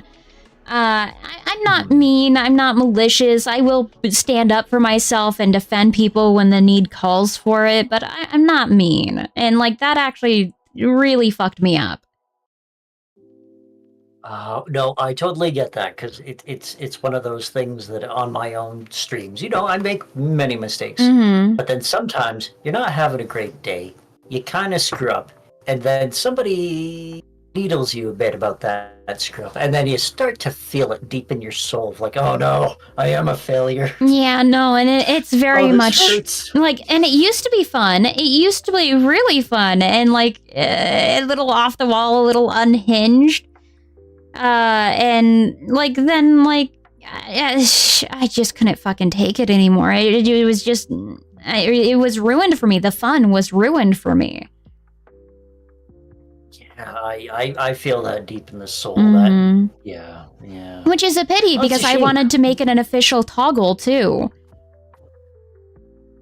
And part of the lore is this was what you used to defend your woodland creatures? Could have been. We'll never know. You didn't even have a story behind the axe. We'll never know now, will we? The fun was ruined for it. Oh. I know. I always took Faye as having mystical powers, that she would just kind of stare at people and their heads would explode. I wasn't expecting her to get her hands dirty. Okay, that's funny. That's funny for reasons you don't know. There's a book series called A Court of Thorns and Roses, and there's actually a guy who can totally do that.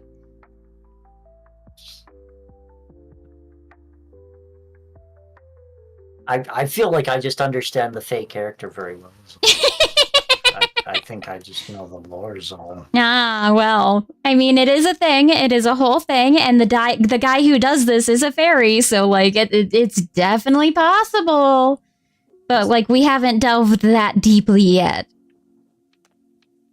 It you could ever be. get tempted to like delve deeper and kind of pen entire stories for Faye? Writing a lore is actually rather difficult. That being said, I did have a wonderful brainstorming session with one of my friends, Magna. He's a slime VTuber, very, very delightful person. And we actually we kind of almost kind of storyboarded the whole next segment of my lore. Oh. Yeah. So you say the next segment. So let's say you did. Is this something that after that storyboarding was completed, would you have changed your Faye model and PNG accordingly to this next evolution that Faye is stepping into?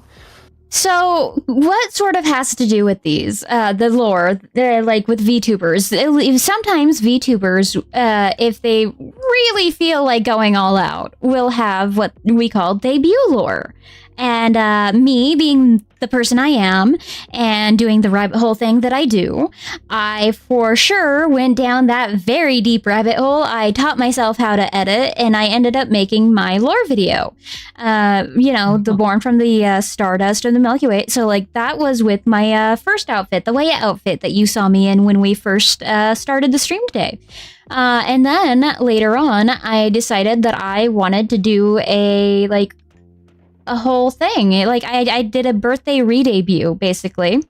And what happened with that is that I got custom everything.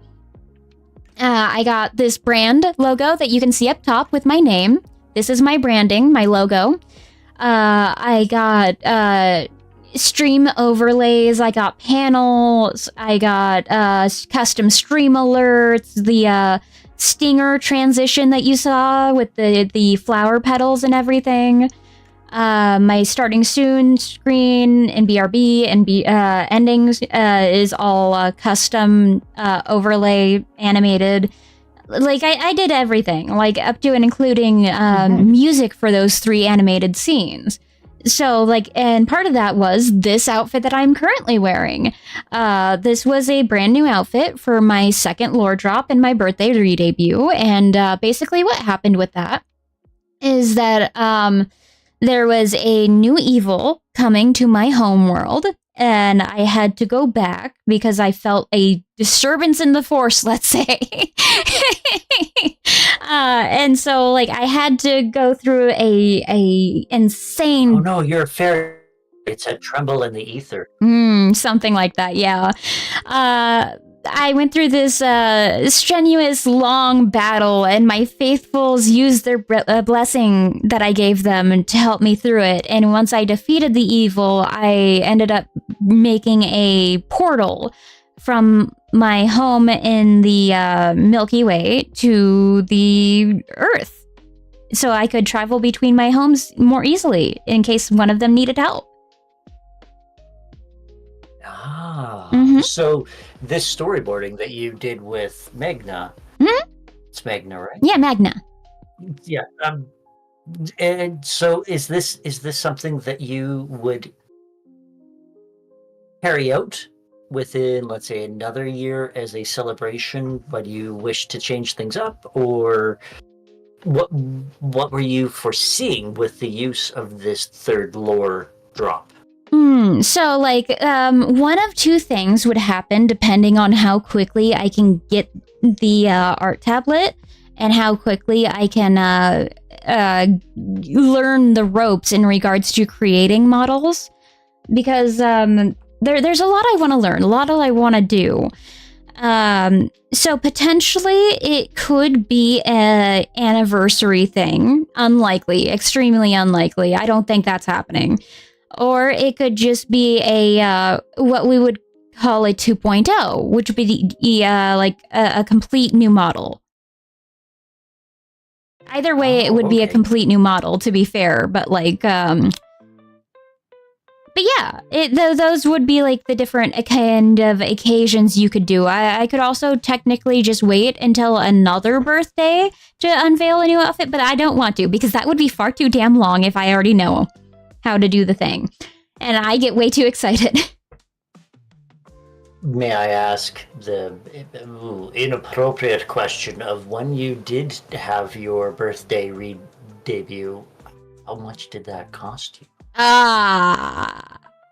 If you're willing to share that. If not, I would love to drop it and talk about that sports team that does polo ball. Well, actually, I did do fundraising for that, much like I am fundraising for my tablet. I use all of my proceeds from any sponsors or any subscriptions, any bits, anything that I earn always goes way back into my VTubing. So I was able to raise $500 for this. Oh, wow. Mm-hmm. I mean, it certainly comes through because this is just absolutely stunning and beautiful. All of the work and the intricacies. I mean, even the little fairy wings constantly moving on your logo is... Oh, and the ribbon. Oh. Yeah, no. It's just...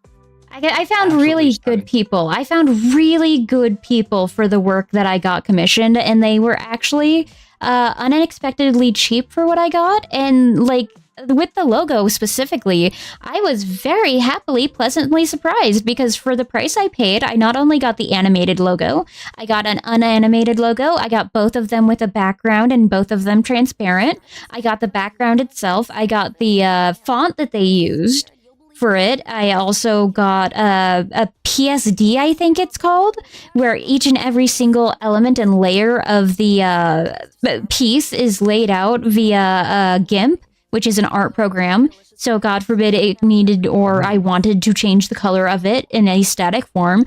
If I knew my ass from a hole in the ground, I could technically do it. Yeah, no, like I also got a Twitch banner and a Twitter banner, and it was a very, very good deal. And I was so happy with their work. No, it's fantastic to see.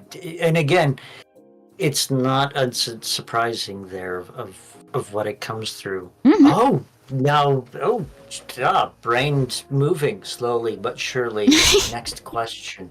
Is there a real dislike for AI art within the um,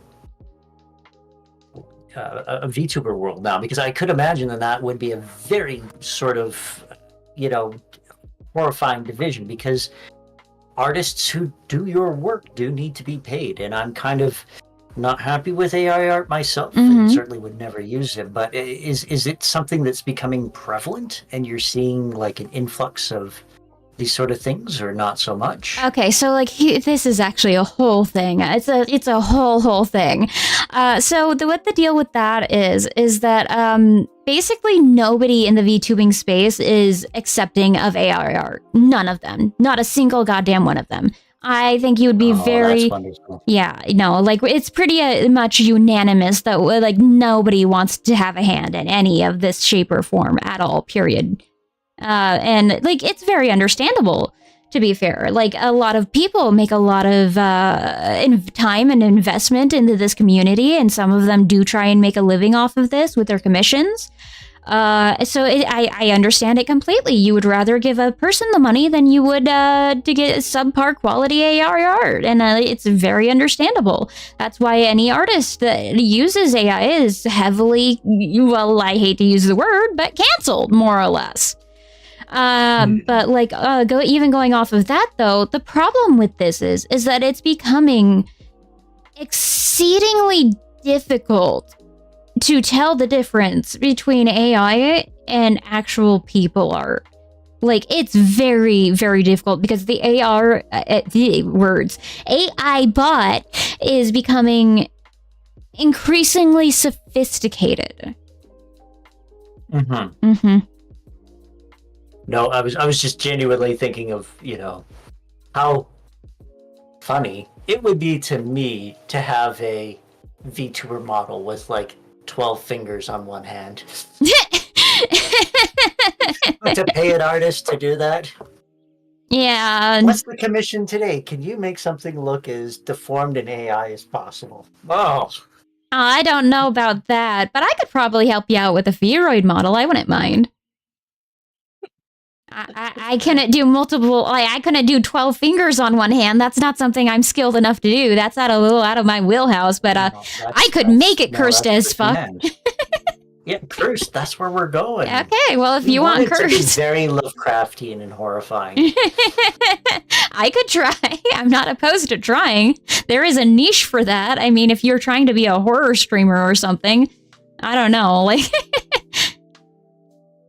So, in the other end of that spectrum Mm-hmm. would be that AI might become a useful tool in rigging and making your actions more fluid. Is that something that some of the community is looking forward to? No. Having that extra processing power of smoothing things out, or perhaps giving the character more dynamic abilities? You know, like you were saying about the face changing, that I imagine you would make that, you know, angry face to the camera, and it would be, you know, again, it's not exactly AI, it's large language models, I know, blah blah blah blah blah blah, pedantic.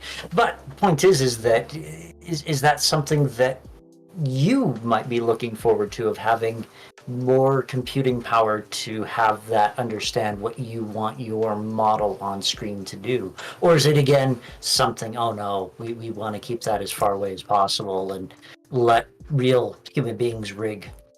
So, like, this part is also a very heavy no, but with an interesting caveat. There was a bit of a scandal a little bit ago with a particular rigger who kind of found a way to use a pre-rigged skeletal tool, which I personally, as a beginner or a person looking to be a beginner, I thought it was a phenomenal tool to help expedite the process. I thought it was fantastic because it's not AI, it's a tool. I think that for like beginning VTuber model artists, I think that would be an interesting idea. I think that would be a nice tool to have. It has a baseline rig type thing, and then you can mess with it further and make it unique in your own. But he got very mixed reviews on this. Some people, like me, were very interested in it for the beginner application it could have, because there are plenty of people who do consider that the rigging for each custom model should be as individualized as the model's design, and I understand that. But I don't know. I just it's a very contentious issue. If it's a tool that you can use that is pre-programmed by a person, I don't think that's a bad thing. And that's what it was. But like, some people thought of it as being AI, which it wasn't, and it's still a very, very contentious thing. So, wow, this is genuinely phenomenal to me, because in my very rudimentary understanding of rigging is that you kind of have those standard skeletons that function the models that they are doing. And I'm talking about long ago when I was a very young man, and decades have since went past. But I knew somebody who was learning computer animation and was talking about the rigging and showing me some of those moments of, long ago. And I'm genuinely blown away that there's not some sort of standard skeleton for VTubers in the two-dimensional space here that like would typically have the blinking eyes and the moving head. That has to be redone every single time a new model is drawn. I think that that is just the way it is now, but I also can see that changing in the future as this becomes more, I'm wanting to say improved. Maybe that's the wrong word, though. I could see people trying to expedite the process, trying to make it more convenient, more friendly to the beginners, because like this field is not one that is typically very well known to begin with. And like when I first started, there was so much stuff that I just didn't know that I know now. Mm-hmm. Like there's a lot of stuff that you just don't know as a beginning artist, as a beginning VTuber, as a beginning this, that, or the other thing. And you don't get a chance to learn without making connections, but you can't make connections without the experience. And it's very much a catch-22, and it can be a lot. Yeah, it does sound kind of like horrifying, because that was my next question is, are there any resources on the internet that you know of people who, share their glut of knowledge onto the, unsuspecting masses and let them know how to rig their own? There's no kind of like go-to person who might teach the new and up-and-coming people who want to do this? No, you basically just have to find or get found by someone and be lucky, unfortunately. Google is your best friend. There are like various models that are, like I said, off the rack. Some of them happen to be free. If you can find one that you like and you're lucky enough to find one and know to find one, that could be great. If you know about Vroid models, that is also helpful because that is also a free resource. There are also various free and or cheap overlays and other models that you can get off of Etsy. Like there are various resources, and I even have a section in my Discord where people who want to become VTubers can, of course, ask for input from other VTubers on my server. There are actually quite a lot of VTubers who happen to be on my Discord, and they have all been very lovely people.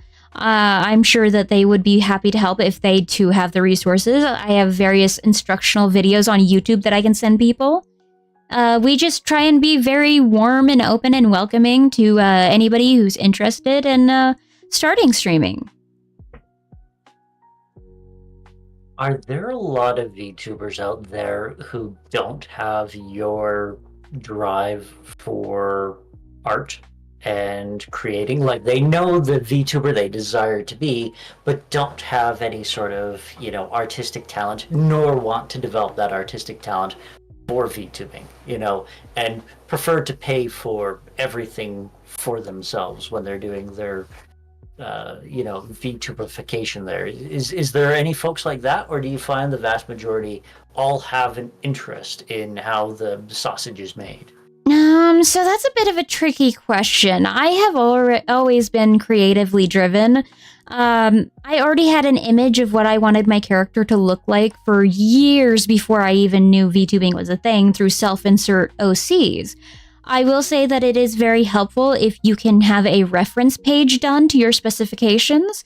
That can be a little pricey though. A good reference sheet can be about $75.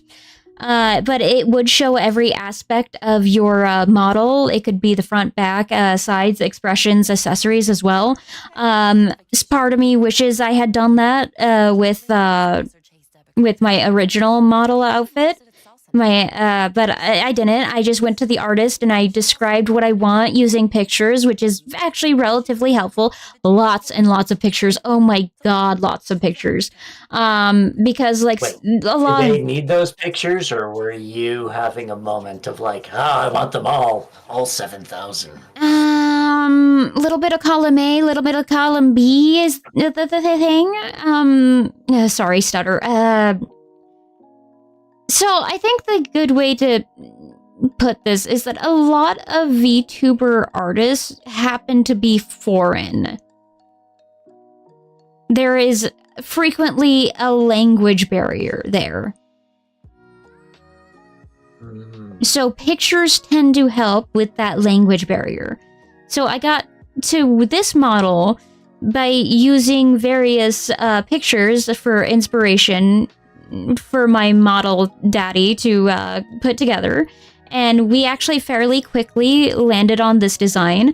There were some miscommunications, but I ended up being vastly happy with what happened with it. Ooh, okay, so now I got two questions. What were some of the miscommunications that they did on your model that you were like, no, that you can recall? And yeah. Okay, so here's the thing with this, because this is a little bit of a loaded question for me. So what happened in this regard is that this was my first time ever commissioning anything from anyone ever, so I was just fucking terrified of offending my artist. So I had a very, very hard time sticking up for myself, which is why I got such large assets, let's say. I would not typically be this busty if I had my say. But I just didn't know how to tell them that I wanted, to be a little smaller. Like, not even significantly, but like, you just, manageable. So, that was an interesting... It's kinda, though. Goddamn. Have you ever tried carrying stuff like this? The fucking massive weaponry? Good God, it hurts. Oh yes, as a gentleman, I have lower back problems. But the other question that I had was, you mentioned the side and back. Does this mean that your model exists in a three-dimensional universe that, like, if she'll spin around and have, a backside? So the reference sheet is not only for the model itself, but like it's supposed to give a full 360 view of your outfit for like, because I said the whole fan art thing and the Rule 34 kind of shit. It's very common for VTubers to have fan art. So like the fan artists do like to have their accuracy. So it's also very much for them, and if you want your character, your persona, so to speak, brief immersion break, if I may, to be in certain poses or positions in art that you commission, or that artists are doing for you, or that a friend is doing for you, then it is very beneficial to know what an outfit or model looks like all the way around. Otherwise, there's more questions than there are answers, and it can be Tricky. No, you fool! I want a flatterbum. Yes. Mm-hmm. Well, and God forbid you don't give them answers, and then it leaves it up to their imagination, and that's not necessarily a good thing. Oh, Mhm. so. Oh no, I gotta ask. So, do you find that a lot of folks, or the commission folks, when you get to your questions, will get a bit hyper in the proportions of how they treat their female characters? Can you rephrase that? You don't have to worry about offending me. It's well, no, hyper was actually the word I was thinking, because it's one of those wonderful pornographic terms, but more in that when you ask for a commission and someone makes a character for you and you set nothing about your body, is it always going to be gigantic breasts and huge childbearing hips, or do many of them bend on the slimmer side? Is there a kind of trend that you see with how female characters, and also how male characters are drawn? Are any of them like giant chunky dad bods ever? Because I have to admit, I can't think of any. I mean, there are some VTubers that are more, let's say, realistic. But this all goes back to the reference page. Like I said, if you're commissioning an art, then the artist does their best to get as close as to your model as possible. So like in my personal experience, I've not had them get excitable about my proportions, let's say. And they've actually been fairly dead on. Though, to be fair, I have not commissioned anything more than a bust up. So that's a little tricky to answer for me. But all of them have been like fairly to scale from what I've seen, even in the fan arts. Oh, wow. Yeah. I guess I just always imagine, especially when you leave things to the hands of folks, that quite often I see the under end of the scale. And again, it's probably because of, watching pornography. But it is just one of those things of where you see like these weird, unrealistic, anime, I guess, is another place where you see it quite often of like, no, these people can't exist. She'd snap in twine if she had tits that big. What's going on here? Yeah, no. Someone help her. I understand where you're coming from, I do, but like, let me put it this way. Most people are very respectful of how you have specified your custom model to look. So they're very much of the accuracy model, more so that I personally find, because they know that you've gone out of your way a certain way. And from what I've seen, even through the fan arts, that is very, very well embodied, shall I say. Like, let me take you back to the fan art that I got from my lovely Miso,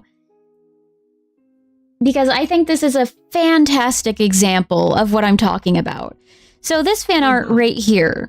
So a lot of artists actually miss that I have a little bit of purple on the bottom of my pupil.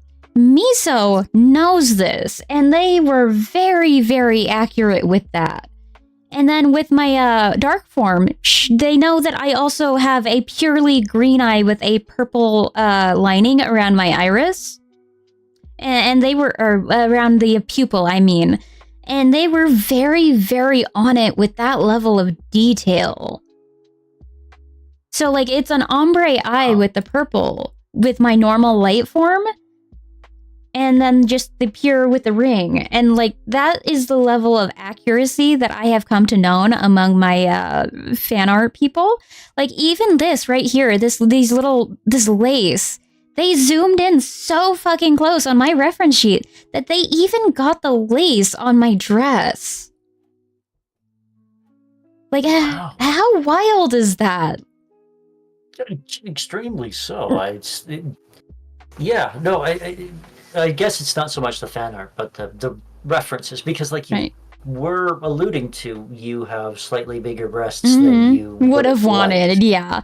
But like, no, and I'm going to zoom in so I can show a little bit. But yes, this is the lace. You can see it very clearly that in the miso just got it right dead on the lace. And like yeah, no, they were very, very, very on it. And I was so impressed with them. But yeah, no, Yeah. I find that they all adhere to that sort of level of, detail. Like, a very small detail, very, very small detail, but it's impressive and it's flattering.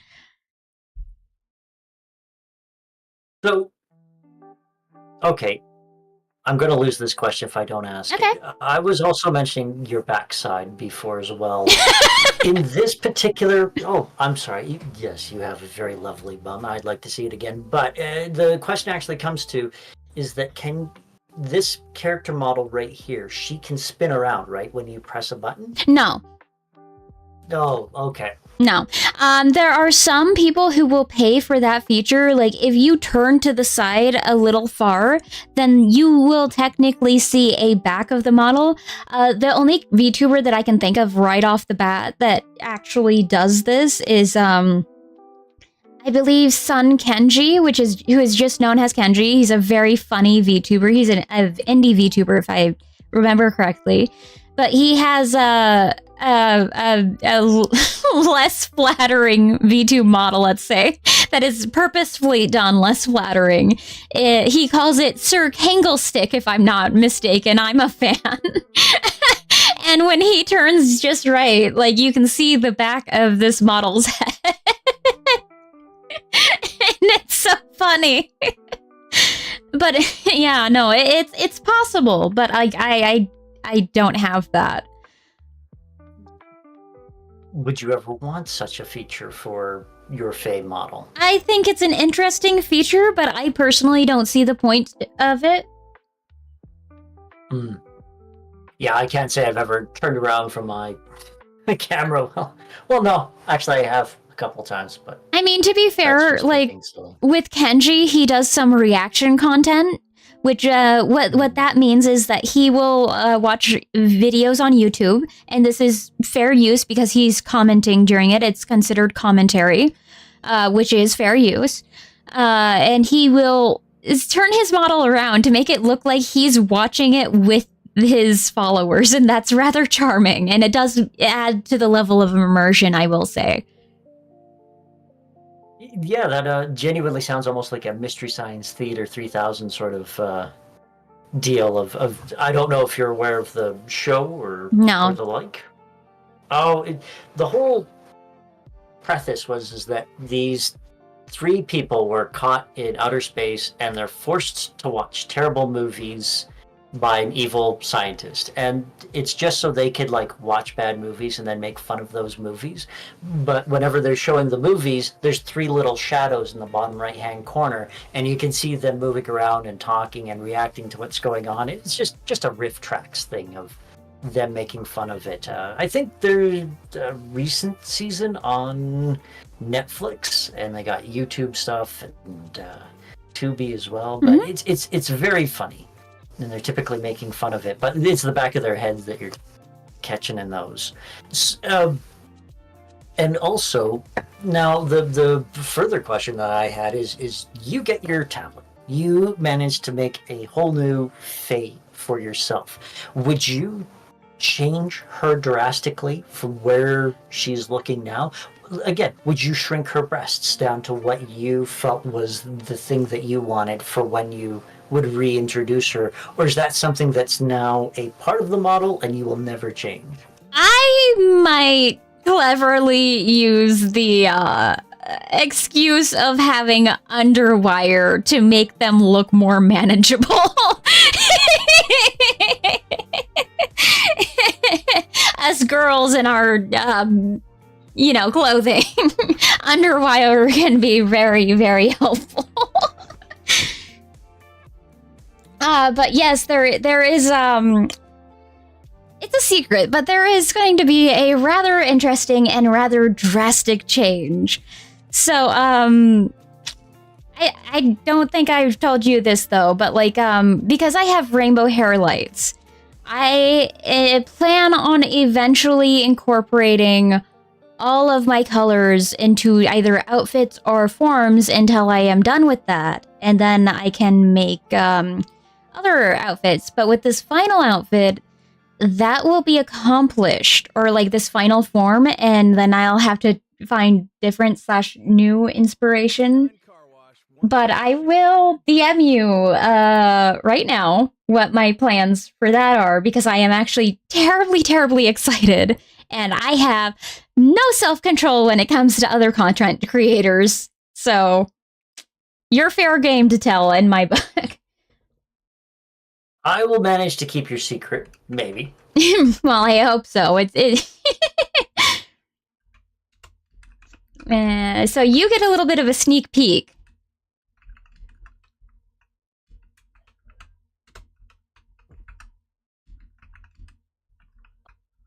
Oh, okay. No, so. There you go.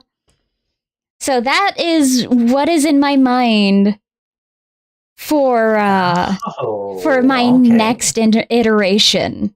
Ooh, that's amazing. I can't believe that you're showing so much. No, I'm sorry. I am not. It's going to be very non-traditional. Let's just put it that way.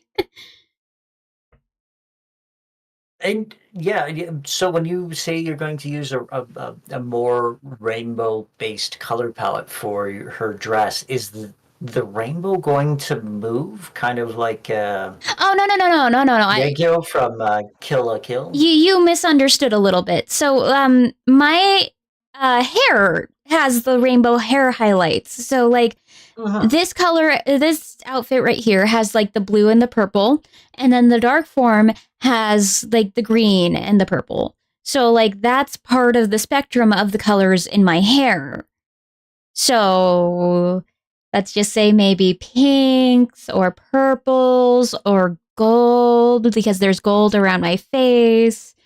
Red is in my hair as well. So like that's what I'm talking about. Like they're not going to be all on one outfit, but like broken up between different forms and or outfits. You see, I had this strange mental image of all of the colors being incorporated together and kind of rolling over the dress that you wear, you know, kind of like a shimmering effect as it moves along that would add as its own layer outside of you. Oh, yeah, no, not so much, but that is an interesting idea. I'll give you that one. My mind, I can't stop it. It goes to terrible places, like fashion. Oh, heaven forbid. No, like art has been really fun and really wonderful in that regard for the VTuber models for me. Because like I mentioned before, but I do make the 3D ones, and like I said, I don't make the textures myself. That level of creation is a little beyond my technological capabilities right now, because like I've tried doing crap with a mouse and it's just it doesn't work so well. No. So like until I get there, I'm just relegated to coordinating. And I do a lot with coordination, actually, like a shocking amount with coordination. So like there's this one shop that I very much frequent for my Viroid model outfits, because I love the artist, but like they're rather busy. They're a very rather busy outfit, so I like to like strip them down to their bones, let's say, kind of like you would a house. And then I coordinated them with other pieces to make them have my own personal touch, to make them feel more fake. Right. I gotcha. Especially with the stripping it down, because I could see where like overly busy outfits and dresses kind of get... They hurt my head. Yeah. Distracting. Yeah, no, they're just way too extra. And actually, funny story in regards to artistry. I got really, really pissed one time. And it's actually fairly relevant to this particular segment. Like, forever and a half ago, how we started like talking about this and trying to set it up. But what happened though is that I was trying to get custom assets made in my image for this particular segment. What that means, like the table and the chairs. I wanted custom made table and chairs for this, particular Zatsudon. If you're not familiar with the Zatsudon, it means free talking. It's just basically what we're doing now, just sitting here talking and having fun. Because that's what this I can't fucking talk today. This is what this show is. It's a Zatsudon. So I'm just going to be hanging out with people and enjoying their company, and we're just going to vibe together, and that's what this is. But I wanted to have like custom pieces for that. The person I ended up going to was all like, they had a specific pricing for this because it was Fiverr. They had the 3 tiers. I wasn't sure which one I wanted, and the max price for the tier, the most expensive tier, I think was like $30, and that was for a rigged piece. And I didn't need a rigged piece. I didn't need it animated. I didn't need it to be anything other than static. And I just needed the chair and the table, because like you have one chair, you can make 2 chairs. It's a copy. It's fine, I went to ask what pricing I would do because I was unsure, and it went from $30 to like for one piece, mind you, one piece, not both. It would have been like $60 for both. It ended up being like $120. They tried to upcharge me for both pieces. So this is where I got angry, because this felt like bait and switch false advertising. I'm not going to give the name. I'm not, because that's not classy. We don't do that here. We don't out people like that. Out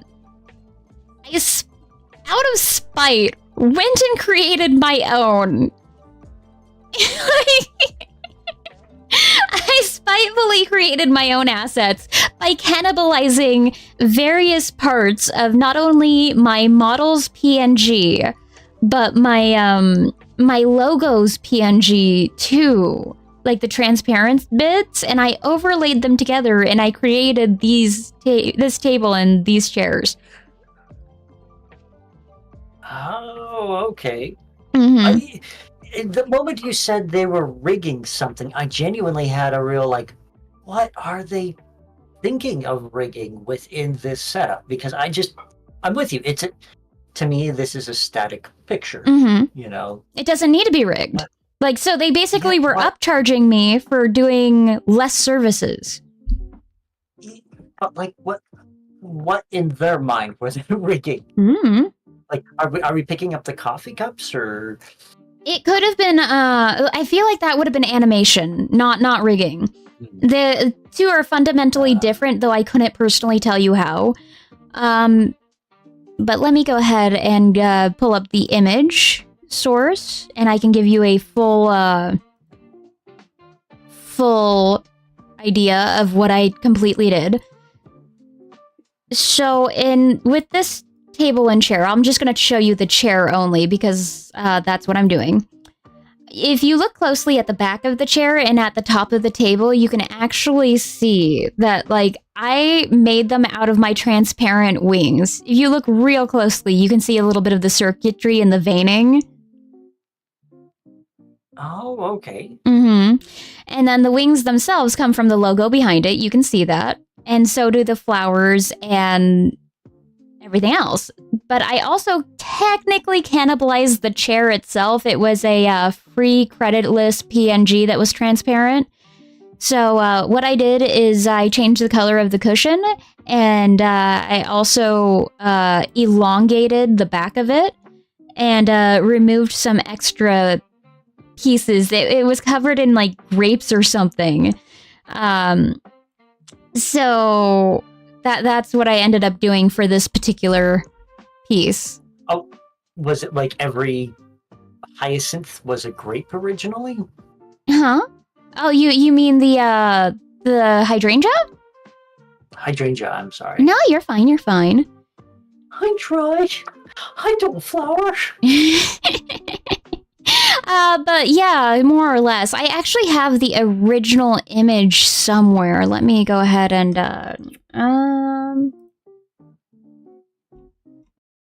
it couldn't have been that far back, I don't think.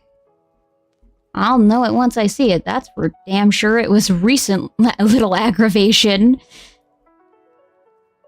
Nope, that's what it was right here. This is what it originally looked like.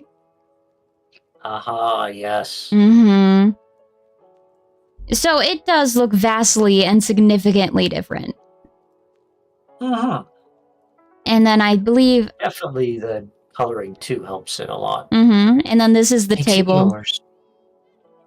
Oh. So not only did I change the base color, but I cannibalized it, I simplified it, and it was mostly using assets I had custom made myself anyhow. So that's what spite will get you. Yeah, it's just such a weird thing. It sounds like such a, like you say, upsell. Mm-hmm. You know, oh, I've got you now. I'm going to charge you this, that, and the other thing. And I bet you it probably works on some folks, but... Mm-hmm. No, I didn't have the budget for that. I didn't have the time for that. Well, I did have the time for that, but I didn't have the fucking energy for that. Like, I was not gonna sit there and let that fly. I was salty as hell. I'll be honest, though, you definitely did have the energy for that because you did so much more Yeah, well... than just giving them money. I mean, like, I had the energy to spite them. Like, okay, so, like, there's this one meme or something that's all like, you know how your parents are so disappointed because you didn't turn out the way they wanted you to? Well, you don't exist to please your parents. You exist to spite God. Cue rock music. And it felt like very much that kind of moment. I existed to spite the art god. A little dramatic, but yeah, no, it kind of fits.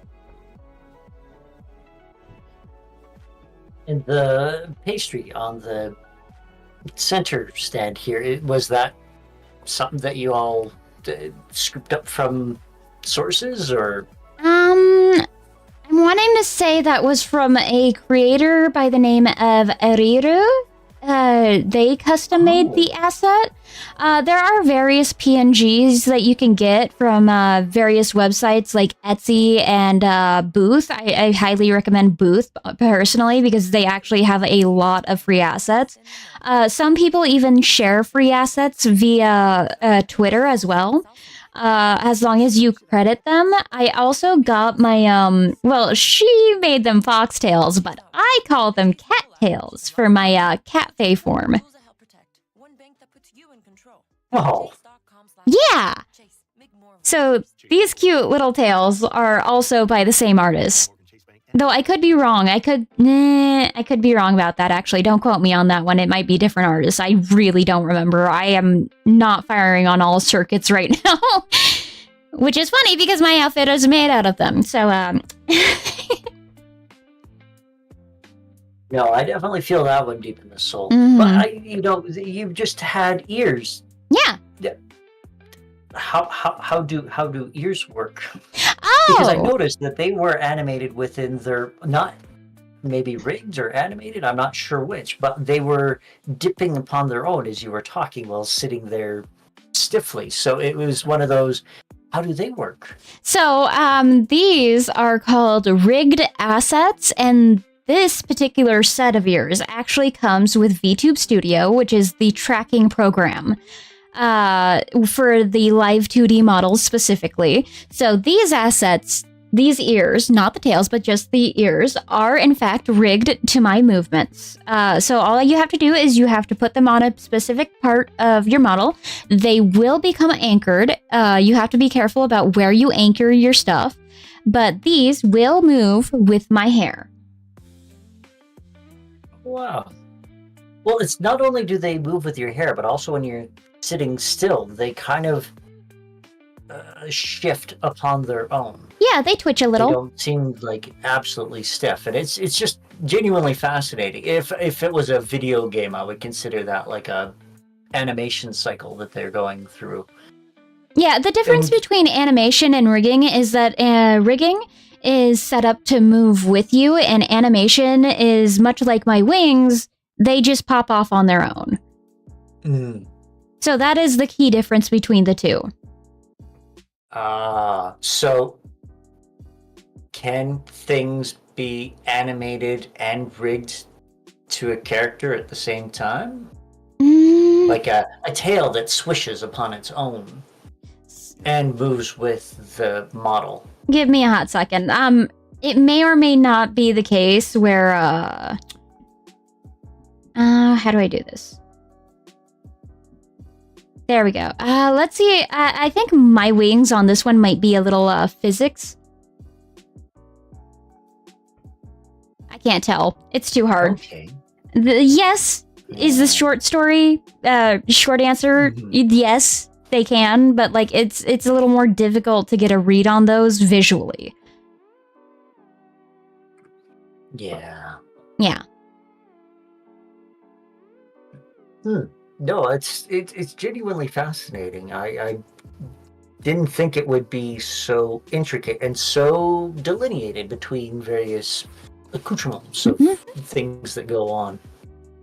Though the seats do kind of make me laugh. I do feel like a little lynx head with wings.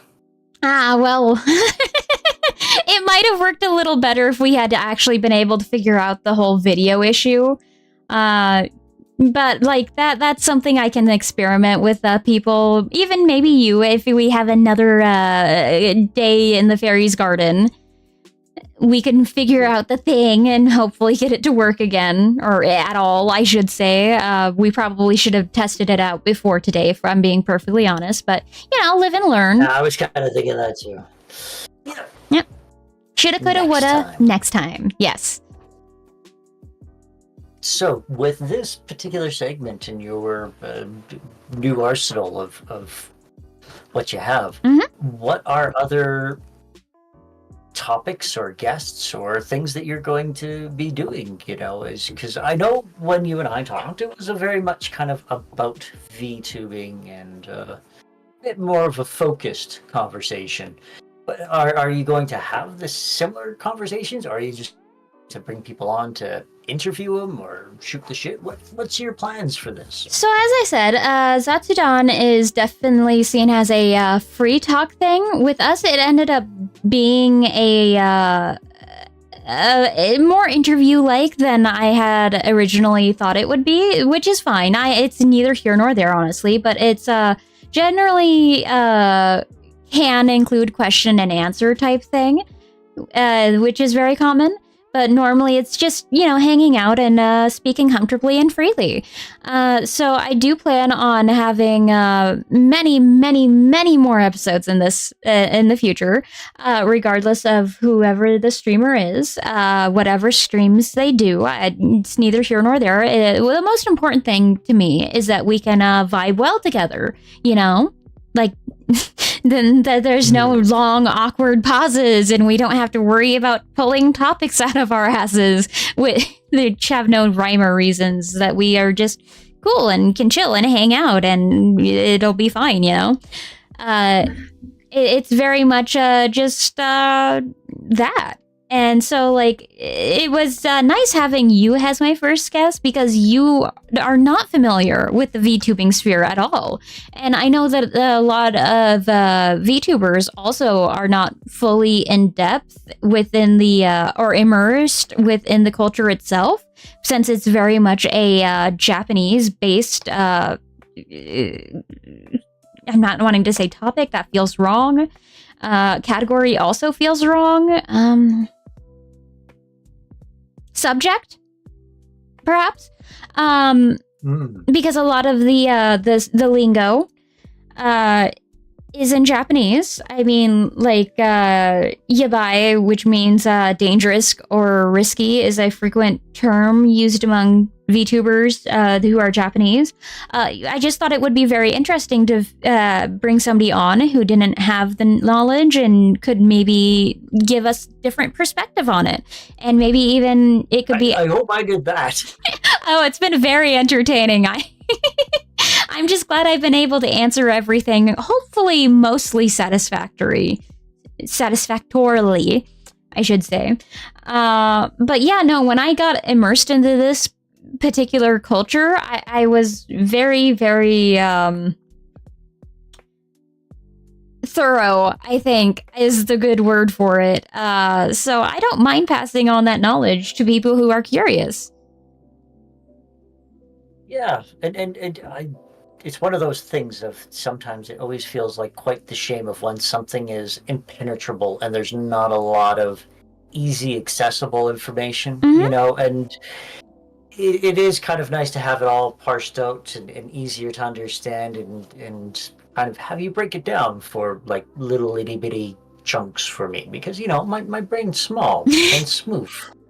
Well, and it'll also be nice if other people, other maybe aspiring VTubers can, you know, see this episode, can see this segment, and maybe get some of their questions answered, if I can speak correctly.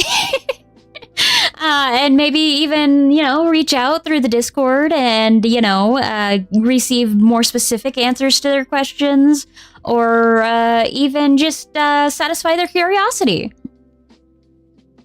Yeah, it certainly did that for me, because, as I say, there's just curiosities that I genuinely had, and most of them, I think all of them, we've kind of covered, because the only other one that I will say I have been kind of curious about is kind of how you mentioned lore, and that was actually the best word for it, but sometimes I did wonder, are there VTubers out there that don't want to break the lore? Are there VTubers who are only the VTuber that people see and absolutely will not talk about things beyond that, or even themselves as a real person? Are there folks who kind of inhabit the characters, not like you do, where you're more yourself, but you know what I mean? Yeah, Are there VTubers like that stay in character? There are very much a lot of VTubers that very much immerse themselves fully into their character, that it is far more performative for them.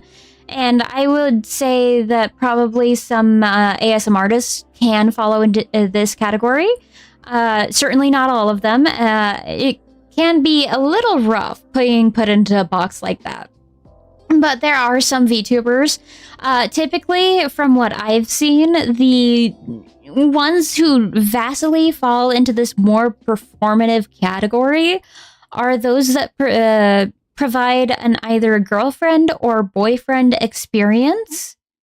Those are specific genres of VTubers who are very into the pet names and very into the affirmations, or some of them are a little more dom, some of them are rather submissive. It's a whole very interesting spectrum, and sometimes those do go into the lewd or unsay-so categories. But it is definitely yes. I'm familiar with a few of those through Patreon, allegedly. The ASMRs get very spicy, allegedly. Oh, really? No, yes. Tell me more. No, I'm sorry.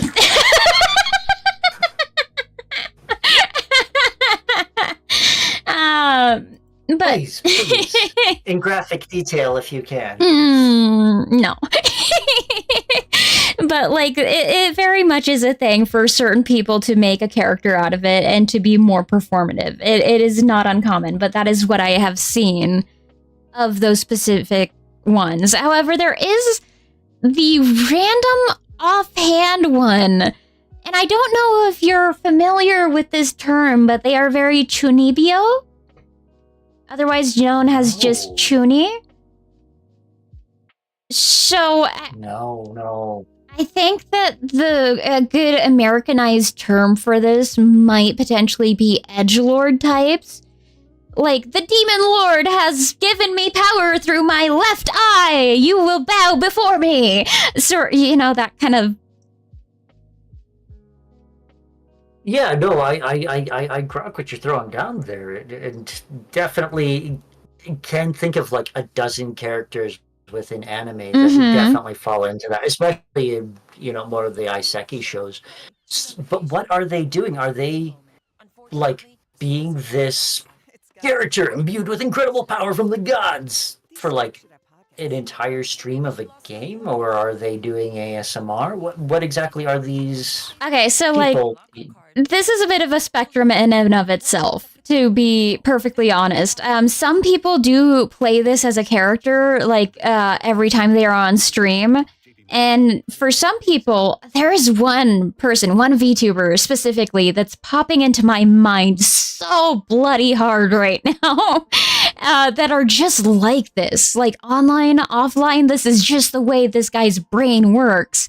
And it's a very fascinating VTuber. He actually happens to be a corporate VTuber, and his name is Doppio Dropscythe. And his follower's name is actually really cute. He calls them the Scythe Kicks.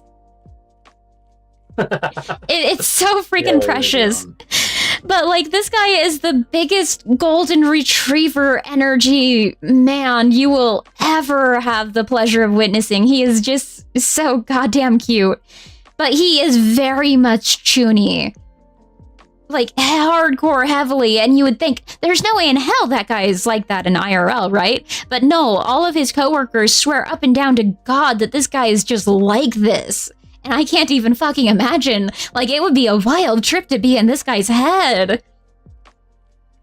What, like, I'm sorry, but like, for me, describing him as edgelord and golden retriever at the same time feel very at odds with each other. I understand that completely, but you will come like, oh, there's no other way to describe him. Like, I will find a brief YouTube short.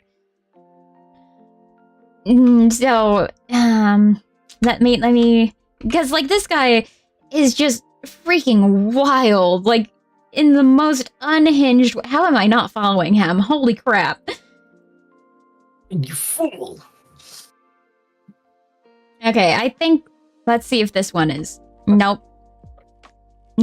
Okay, so he doesn't have any shorts, but I'll send you his YouTube channel. Or no, I'll find a clip. Yep, here we go, Chuny. Okay, here's the perfect example. This is, like, all about his Chunibyo, like, energy. And it's only, like, 4 minutes long, so, like, you can definitely watch it later and it won't take up too much of your time, but this man is so freaking golden retriever, it's scary. Like, Chuny meets golden retriever and it's just wild. Wow. But has that ever... Oh, I'm sorry, go. No, go ahead. I don't remember what I was going to say. No, I'm so sorry. It's okay. I talk too much. No, you're fine. No, but my question was, have you ever had that desire to give yourself another personality that is a full personality, not exactly like yourself, that you could kind of, maybe be the extremely dark edgelord fae, your villainous sort of ASMR like you've mentioned before, but like to do it almost full time and imbue that character. Have you ever had those sort of desires of like, doing something slightly different, or no, you feel that that's kind of not what you're looking for in how you present yourself on Twitch and YouTube? Honestly, I think it would be interesting for maybe a stream, but like this kind of goes back to the whole masking mentality, and I just feel like that would be so goddamn exhausting to do all the goddamn time. I already have to pretend I'm someone I'm not every day during my real life, and VTubing has become my safe space. I feel most comfortable And I don't typically like using that term safe space because there are technically no safe spaces. Like, never, not at all, not purely. There's always going to be something that happens, something that goes wrong, something, but it's generally my happy place, I should say. That's a little bit better. And I'm not going to introduce anything that makes me tired, exhausted, or negative into my happy place if I can help it. That's not a temporary and fleeting feeling. Because of course there's molding at video games, and then I can get into the ASMR. If it was within my branding, I wouldn't mind doing the more interesting ASMRs, but that's never gonna be a thing. Not as far as I don't think it's ever gonna be a thing. It would be interesting, but I don't think it's gonna be a thing. Why not? I mean, clearly it's not something that feels utterly beyond your scope of imagination. What would stop you from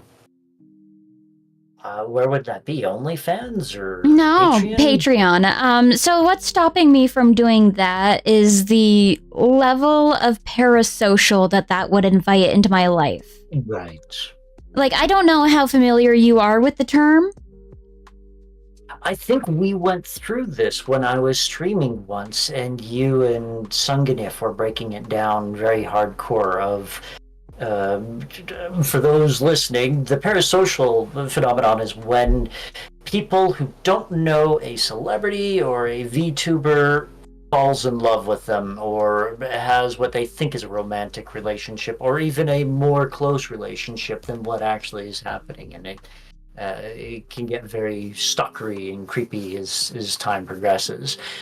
Yeah, that's pretty accurate. You can get a lot of that with the boyfriend and girlfriend experience VTubers, and yeah. And you don't think that there would be enough of a wall between you and Patreon that would be something that you could get into? I think that would invite far more trouble than I am willing to get into at this point.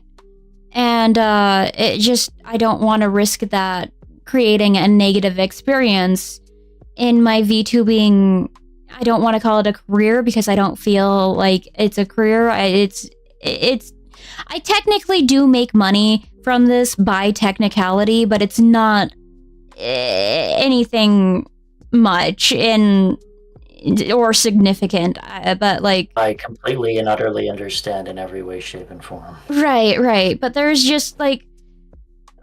Let's say this invites more trouble than it's worth, as I said. Let's say somebody finds me. Let's say somebody recognizes my voice and decides that they're gonna get, for lack of a better word, yandere and parasocial. They're gonna start stalking me. They're going to be creating trouble in my IRL life. I would have to move. I would have to quit VTubing completely because I would not feel comfortable doing it anymore. And it could hurt my family. It could hurt my mother. And I don't want to risk that. What if the money was incredible? Or, would there ever be a barrier broken through that you would engage in such activities? Viewer offers a huge incentive for such a thing that would definitely make it worth your while to continue such a thing. And you found popularity in it. Would there ever be something, or is it just one of those things where it's far too sketchy for yourself to partake in? I would personally have to discuss it with people living in my household. And depending on what their feelings on the matter would be, then it would have to be a group decision because what I do affects their lives to some extent. Oh, I see. Mm-hmm. No, I genuinely can understand that, and also I don't know exactly where the best places would be because it is funny. I don't know if you've ever seen it, but there's a gentleman on YouTube who has a character, and it's definitely a character called the Cinema Snob. And the name of the YouTube channel, I think, is Stoned Gremlin Productions. But he would basically do a lot of exploitation movies and a lot of the more out there horror movies. You know, his like just unbelievable, atrocious movies that is kind of funny to watch him break down and talk about. But then he got into porn parodies, and he ended up Oh. having to like move some of his material over to Pornhub because he would have to cut so much out of his videos that were, you know, basically just comedy videos about, you know, breaking down the story beats to 10-inch Mutant Ninja Turtles or Square Knob Sponge Pants, which are Wow. genuine, real, yeah. No, and it's just, it's one of those weirder things of where would people find those other platforms? Because how could you grow your audience on Patreon? Or is that just in, you know, you grow them else places and then direct them towards Patreon? That is a question, and I'm not sure about that. It just it's not something I've ever been interested in, so I'm just really not here nor there on such a thing. Yeah. I mean, I could definitely understand that, and especially with the troubles, like you say, that could come with it. That yeah, yeah. No, it would. There's just a lot of IRL factors that, and I don't know. You know, I don't know. If like there was also a guaranteed sort of, let's say, income, that might also be something to look at. But like, I don't know. It's a lot to think about, honestly, and there's no guarantees, and there's the risks, and it's not something that I'm currently willing to entertain. I don't think I'd be bad at it per se, but like I'd just not willing to entertain it.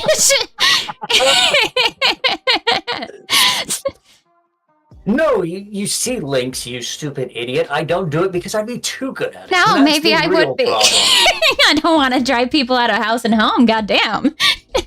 Yeah. I'm not cheap. The lust I would cost to cost the world is just terrible. Yeah.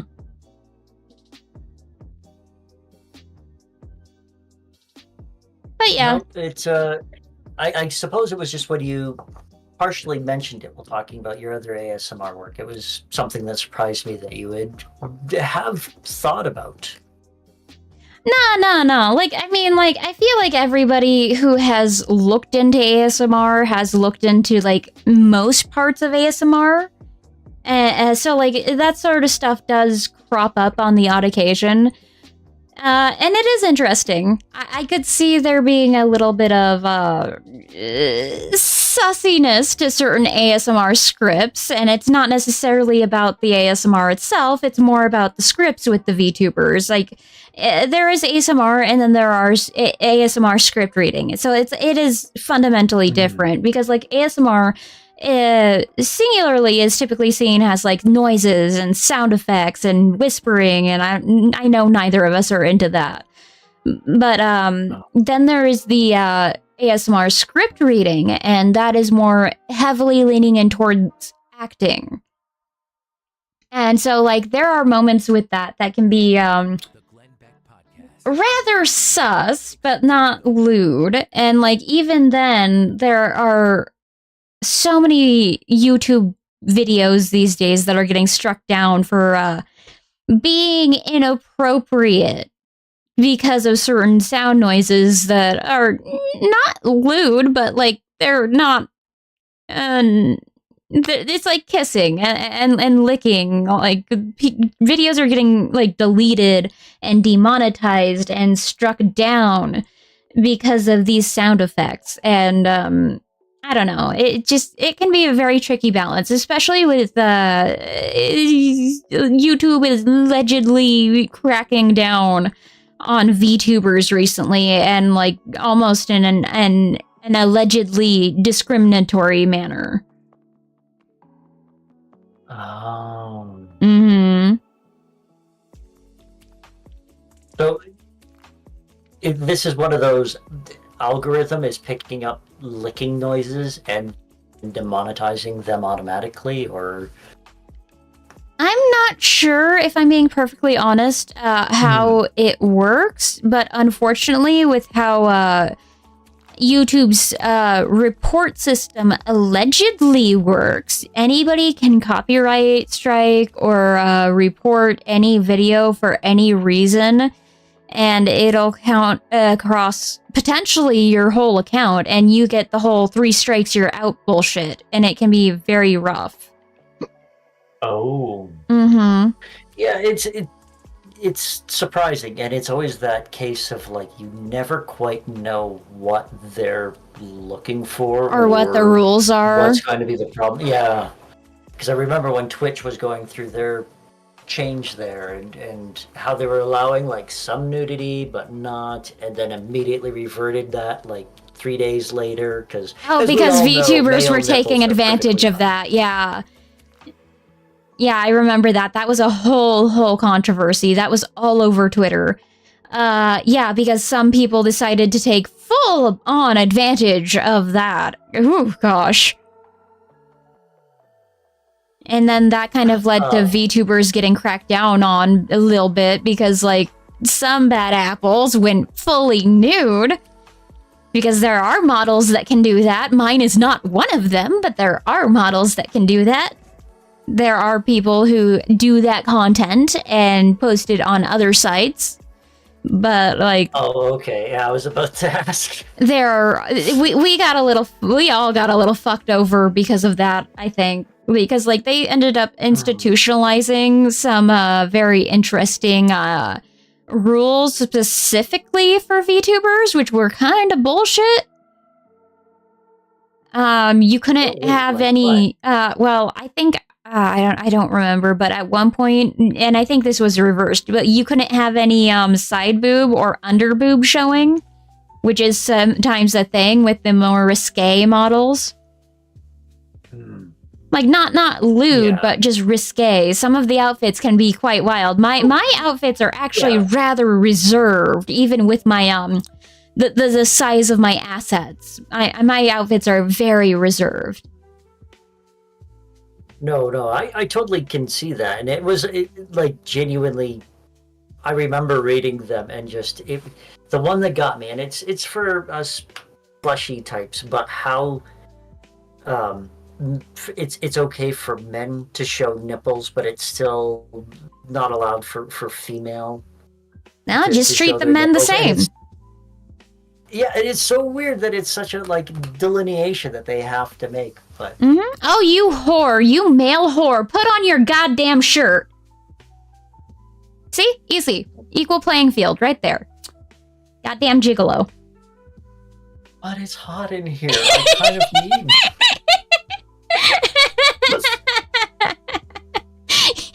You don't think some women would if they could?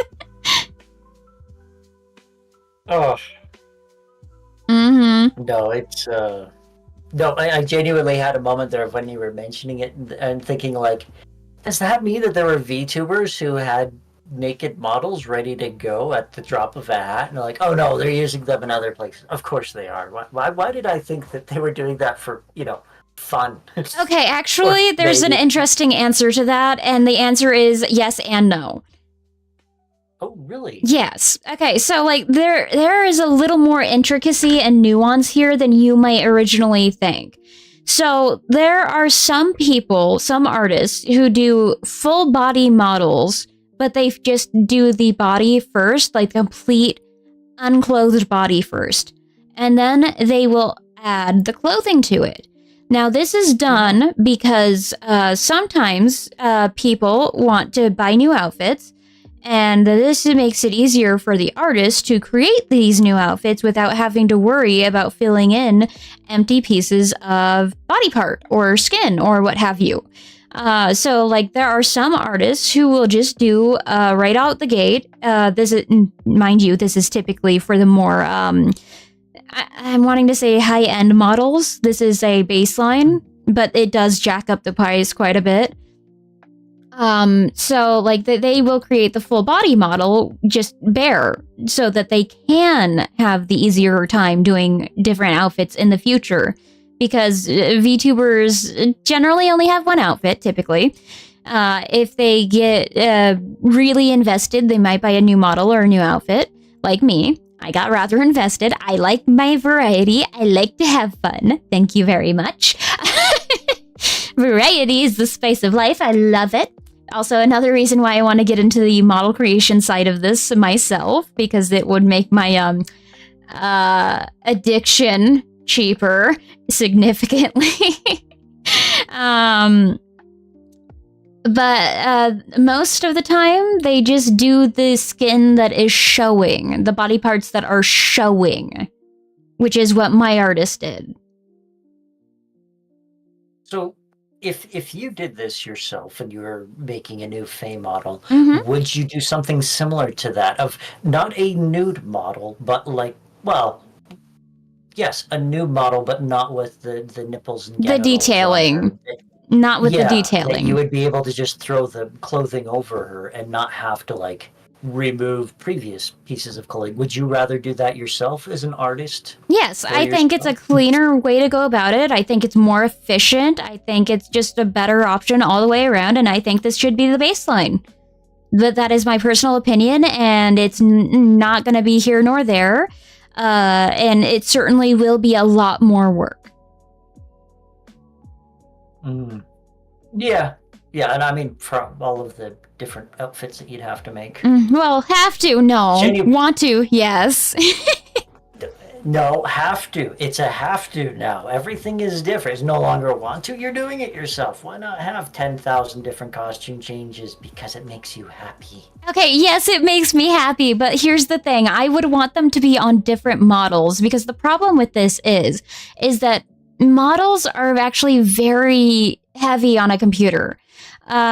So like in regards to that, the more things a model can do, the more details the model has, the more moving parts it has, the rougher it can be to track on your PC. So like, there are some really amazing models. Like Shy Lily is a big VTuber, and her models are always insanely good. And there's so much dynamic movement in them. And don't get me wrong, part of it is her movements. She does move very well with her model. She emphasizes herself a lot, and that helps her a lot. But the rigging she has done is also really good. And that rigging can be, like I said, it can be very heavy on the computer. Even my model can be a bit... well, it's not supposed to be rough. I actually need to figure out from my tech guy what the fuck's going on with my computer, because sometimes I'll lag out a little bit, and that should not be happening. Not with the computer I have. It's a very good computer, so I don't know why I'm getting random lag in it. Yeah, actually, that was one of the questions that I genuinely forgot to ask, was computer overhead, because, you know, I imagine on lower end machines having all of that processing going on top of a, let's say, a chunkier game, it would cause problems. Is it like, how much of your resources get dedicated towards running the software of making it all work? That's a fucking question. I have no idea. Like, I am not a tech person, so I'm not the best person to ask about this kind of thing. Because it feels significant, I guess, is what I'm getting at. I think the last time I looked into this, it was maybe 36%. Oh, wow. But that's because I don't know if that's a good WoW or a bad WoW, but like I recently upgraded my computer. I had my tech guy completely check out everything. It's so nice knowing somebody who can build computers. It is so nice, because I tell it what I want, and he was able to help me out with that, and it was very awesome. the computer should be easily able to handle both my multi-streaming and my gaming, my Discord streaming, my Spotify, any background programs I have, like my chat overlay, my shout out bot, literally everything. And somehow I still am getting this slight lag occasionally with my model, and I need to figure out why. I think it might be an NVIDIA thing. That's very possible, because I'm genuinely, as you were talking, I was thinking, I wonder if it's drivers or a conflict between the program and NVIDIA. But yeah, I won't lie, that sounds like a higher amount of processing power than I was expecting, because you take something like OBS and the video that runs behind it, and for me, it's very light. And I don't have a supercomputer, I'm slowly getting to the point of where I might be better with an Etch-a-Sketch, but I mean, to be fair, there are programs that kind of sort of ish help mitigate the strain. Like I use a plugin for OBS called Spout too, and that is supposed to make it a little better, a little more, I'm wanting to say efficient and cleaner. But like I said, I'm not really far into the tech side of this. No, like I say, I was curious because it seems like it could be very heavy, and well, and keep in mind that this is typically going off of a video game like Genshin. It's my model tracking program. It's 2 background programs, a chat overlay. It's also OBS itself. It's multi-streaming through OBS. It's Discord. It's Spotify. It's all of those things. And like maybe some browser tabs, of course, as well. And all of that only ended up being 36%. Okay, yes. So you have to include all of the moving parts in your mental calculation. No, when you said 36%, I was thinking that was just the model part of it by itself. No. Running a full game on top of that, which now that all sounds very lightweight. No, like I have a very, very decent computer now, which is why there's no way in hell I should be lagging the way I am with my model and my tracking, but I don't know what's going on with that. So I'm going to have him help me run some diagnostics. No, that totally makes sense there. Oh no, I had something and now it left my brain. Oh no. Oh, no, it's okay. It's like a sneeze that never happened.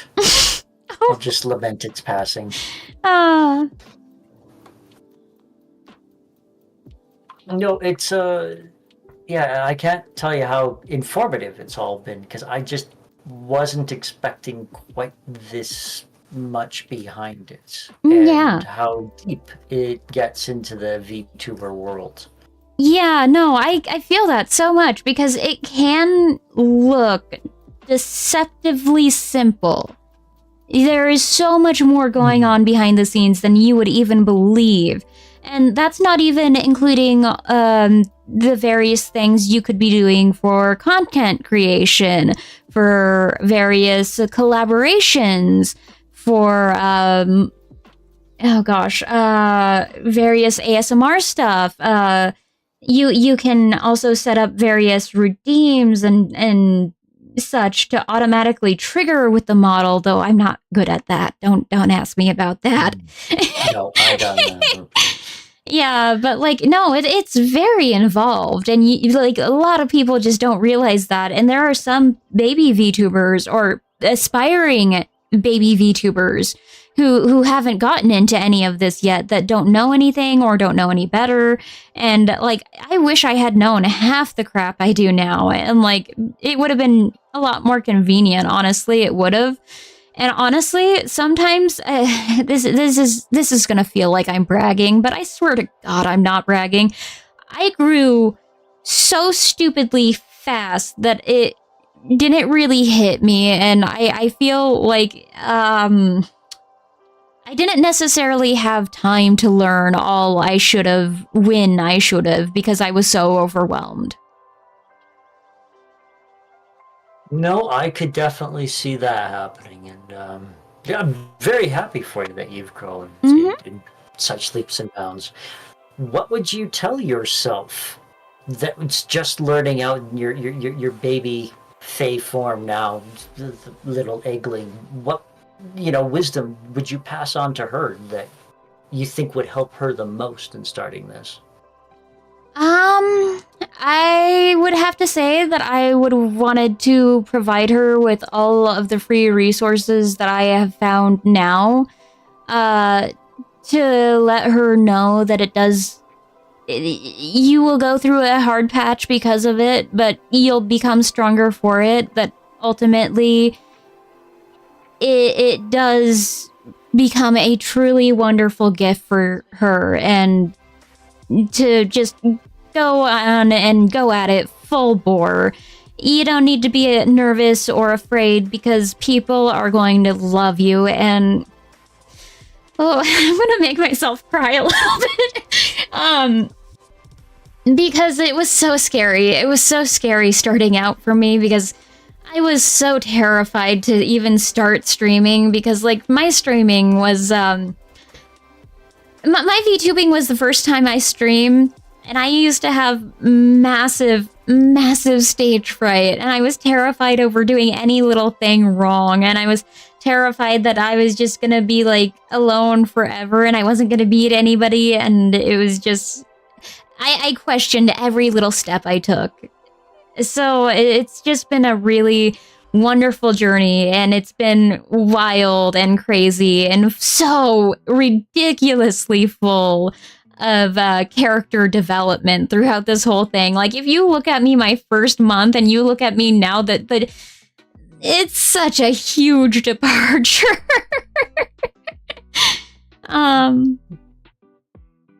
But yeah. So where would Faye find those free resources? Are those on your Discord that people can go and join right now and find for themselves to?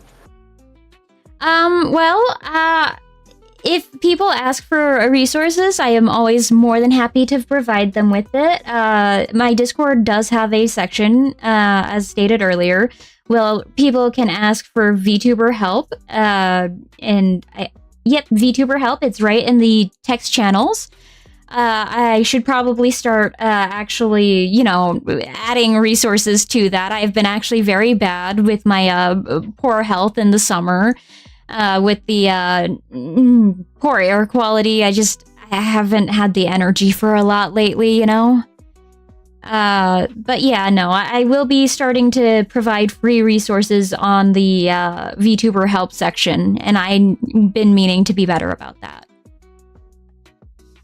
No, I ask because I'm sure folks will want to know more and be able to,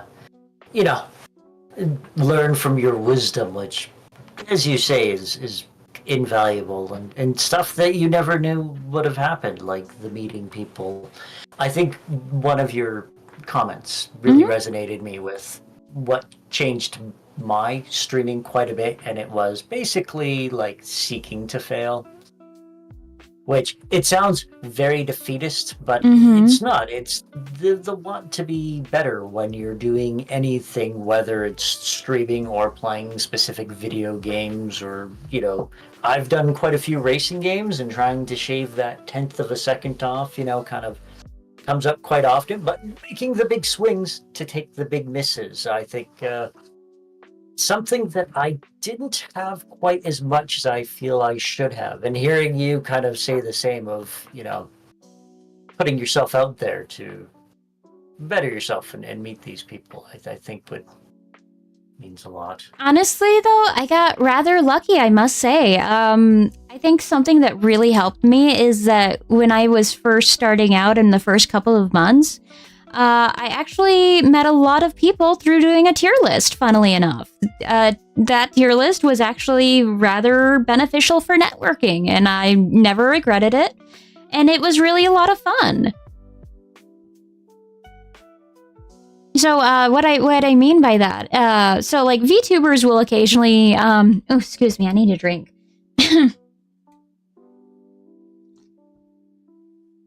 Sorry, my throat got a little dry. But VTubers will do a lot of tier lists for other VTubers to participate in. So they'll drop a reference sheet or a PNG or a screenshot, and you'll kind of rate the designs or the VTubers themselves in various things, depending on what your tier list is. And whenever I've done a tier list, I have always made sure to follow every VTuber that has participated. And occasionally you get lucky enough to get follows back, and you can meet people like that, and it's a great bridge to sort of reach out. And even if you're terribly shy like me, I am actually unbearably shy, surprisingly enough.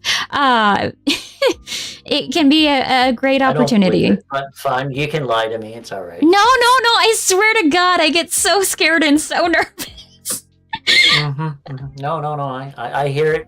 I see it. No, it's all there. Yeah, you don't have to believe me. Most people don't. So there are people who think I've been doing this for years, even though it's just been 9 months.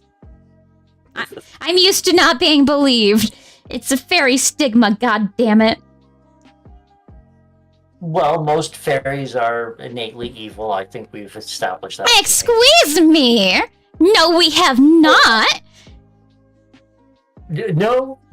Mischievous, yes. Not pure evil, good God. Oh, that's the difference. Yes! We're playful!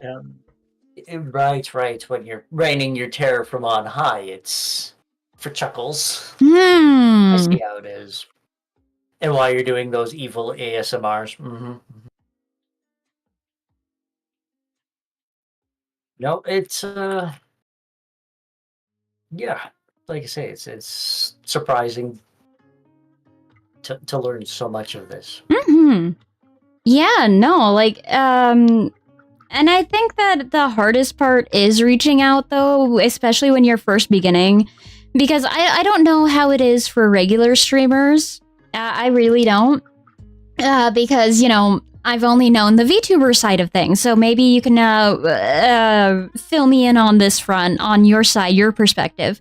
But it can be rather scary for a baby VTuber to reach out to people, especially like on Twitter or Twitch, because you look at their numbers, you look how big they are, and you just get instantly discouraged and terrified that they don't want anything to do with you because they have such huge numbers.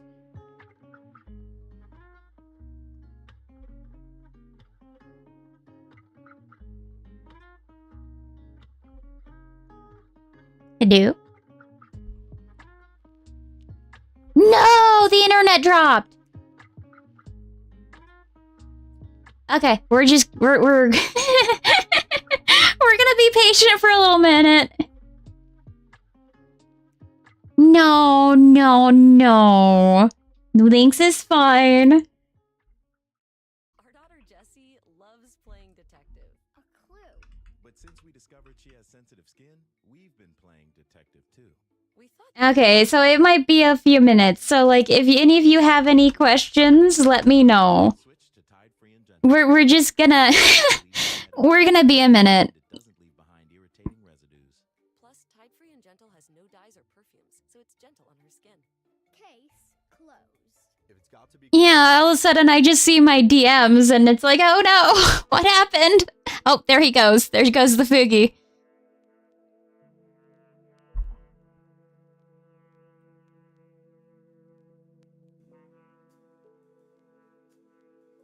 But yeah, no, if you have any questions, I'm more than happy to answer them in the meantime, to the best of my abilities. How are we all doing in the chat?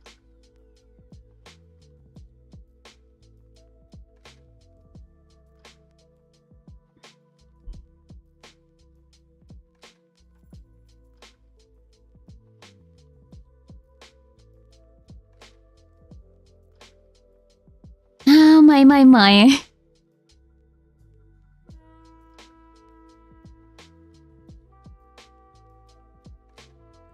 Well, I told you that's the last time we hear him. We shouldn't comment on fair. I didn't do anything. This was not my magic. I don't know what you're talking about. I don't poof people like that. That's just rude. It is not my fault the internet crapped out on him.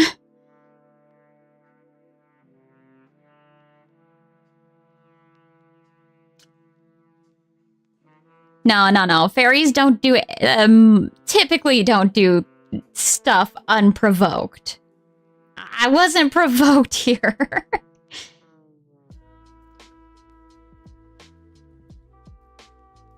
Hi Ace, how are we doing?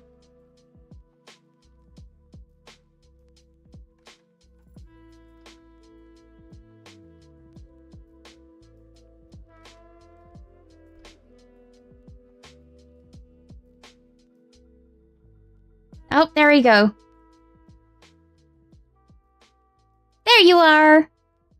Hello! Deeply sorry about that. I don't know why, but on a blue moon, my internet service provider decides today's the day we're going to restart for about 4 minutes. Nah, see, I told you I didn't poof him. This was not my doing.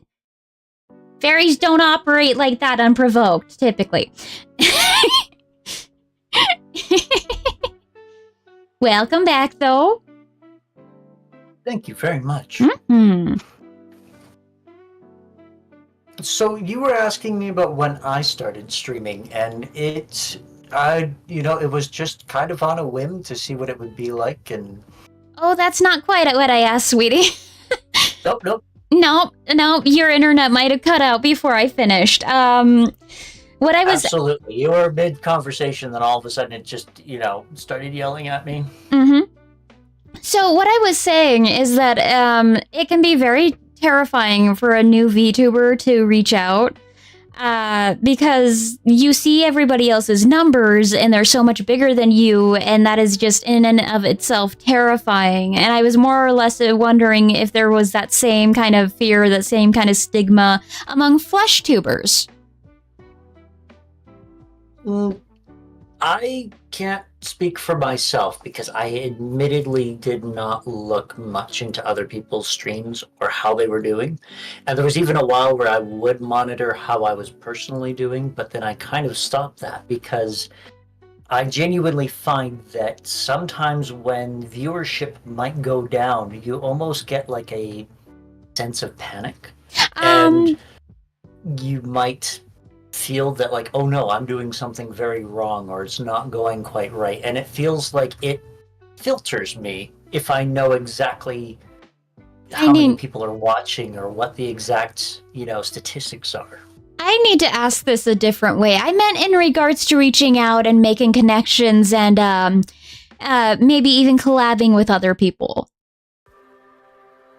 I did not do much reaching out or collaborations. I would chat with people who would stop by, and the most that would kind of come up of collaborations was when a game might be played together, which typically would be racing games or trucking games that kind of lend themselves to that. But yeah, I have to admit that I have personal, very poor kind of social skills on that end, and reaching out to people I still find difficult. So I try my best to do what I can, but I didn't really talk to many people or establish those sort of connections when it came down to it. It was a lot of my own personal learning of what went on and where, and sometimes I kind of have that, I wish I did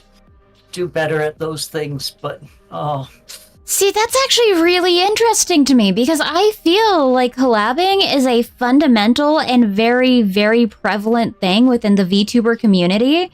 Like, we are constantly connecting and making plans and collabing and doing events together. So it's very interesting to hear this from a flesh tuber's perspective because, like, I can't imagining not, like, constantly being surrounded by my friends who I've met through my streaming. So that's very interesting. Well, and this is where, might not be one of those things between VTubers and flesh tubers, but more you and me. Oh, really? I do think that there are a lot of folks that I do see collab quite a bit who are flesh tubers, and do various streams of that variety, and I think that this probably is far more a ManicLynx thing than it is flesh tubers. Because as I Oh. say, I do know quite a few who do collaborate quite a bit, and sometimes it does feel like it limits what I can do, because there are times where it's like, oh, wouldn't Sea of Thieves be fun to play? But Mm. Sea of Thieves by yourself is just hot ass and sadness. It's don't do it. You can. Yeah, no, But I no. feel that. I feel that so. I actually have been meaning to play Sea of Thieves with mommy, but that hasn't really happened yet. So like, okay, so like, I don't typically use the terms mommy or daddy. Very few, if any, VTubers inspire that within me, but like, some of the friends I have met do strike that dynamic with me. It's very rare. I think it's only been like 3 people total. So like, there's this mental health VTuber who is a niche VTuber. She is wonderful. Her name is Star. And so she's one of the few who have earned this honor with me. I call her mommy, and she calls me Poppy. This is our fun little dynamic. We like to flirt platonically together, and it's very fun. And she has been meaning to get me to play Sea of Thieves, and I don't know, it just hasn't happened yet. To be fair though, going back to the whole collabing thing. Oh god, is Lynx down again? Nope, I'm still here. Hey, how's it going? Ace, what you talking about? Can you tell? Messing with us. I see how it is. Oh no! It's a delay. I think it's a delay on the on the YouTube side. Ooh. Yeah, YouTube delays pretty hard. Back to what I was saying though, the collabing thing. So like, have you ever heard of the spoon method within mental health? Yes, I have. Yes. Okay. So like, this is where Star came in a little bit. So like, because she reminded me of the mental health thing with the collabing. So like, what I do is that, as you can see from the VC we are currently in, this is the events room. It's a very highly locked down room that I use when I'm doing a very specific kind of collab, in which I don't want other people dropping in on me. But the court and the Starseed Garden and the live room are basically different levels of mental energy I have, different numbers of spoons. Oh, god damn it, Ace. You are lagging so far behind with this conversation. Anywho, like, there are a certain select handful of people who can see me if I am in the court, because I only have the energy to be in the court that day. Or occasionally, when I'm feeling a bit more open, I can be in the Starseed Garden VC. That is for like most, if any, other VTubers or streamers that happen to be in my Discord. They can pop in if I have the mental energy to handle all of that. And then there's just the regular live room. It's completely open, and that would be a VC in which anybody could pop in on me. And if I have another Faithful Friday, that is the VC I would use. Faithful Friday is day that I will choose to set aside specifically to play with my followers, the Faithfuls. So, was it the collab court, which was the smaller one? The what? Or what was the channel where you have a limited amount of spoons? The court. The court. The court. So is that? Are you curating that is to an invite only, or is that the first 4 people are the only? Okay, so like Very specific 4 people. What that is that those are a certain select set of people that I have energy to hang out with regularly. It's not a numbers thing, it's more of a vibe thing. So it's You know how some people take a lot more mental energy and may even suck energy out of you? Oh, constantly. No, I completely understand, and that's why I was asking, because I could see there being one taxing person Yeah. that would be hard to have in your court when your spoons are That's running kind low. of a baseline way to put it, but it's not a completely accurate way of putting it. It could also mean that I don't know you well enough to be comfortable with you. And it could be that. It's not necessarily an energy thing. It's also a do we vibe well together thing. Sorta, kinda ish. Yeah, and I'm not good at explaining things. No, I do really see what you're saying there, because when you have that capacity, it is so much easier, as spoke of one time, of like filling in dead space and not allowing the stream to die or lull, or to have Comfort topics. someone. Yeah. And there are going to be folks that will absolutely kind of needle you, and I know quite myself that if I'm having a bad mental day, there are just some things and some topics that will hit me very hard, and I don't need to hear it. But then you'll have people like purposefully do that. And I will say, when I was a younger man, or even at other jobs that I've had, I have found frequently that there are people who have found me very funny when I'm mad, that they would purposefully get me mad so they could be entertained. That is very toxic. Yeah, and when you're not doing well, that's a recipe for burnout, and it's something that won't be the first and probably not the last. Yeah, no, I can't imagine putting, okay, so that's is a fascinating thing about VTubing that has done wonders for me, is that I have been provided with a bit more of a spine. It's been shinied up a little bit. Like, I'm a person who will actively avoid confrontation. I'm not good with it. And typically when I am confronted, I will have the automatic knee-jerk response from my PTSD to immediately break down crying. And it's not even something I can help. It's an automatic response. And it's scary for me, because I'm just that bad at handling that kind of negative stimuli because of how I was treated in the past. Where was I going with this? That VTubing has given you more of a spine in a response to that. Right. Thank you. Sorry. Speaking of cylinders not firing at all capacity. But I have been more willing / able to stand up for myself ever since I got into VTubing, and I've gotten more comfortable in myself, in my skin, and finding myself, and being myself. I am now more willing to protect myself.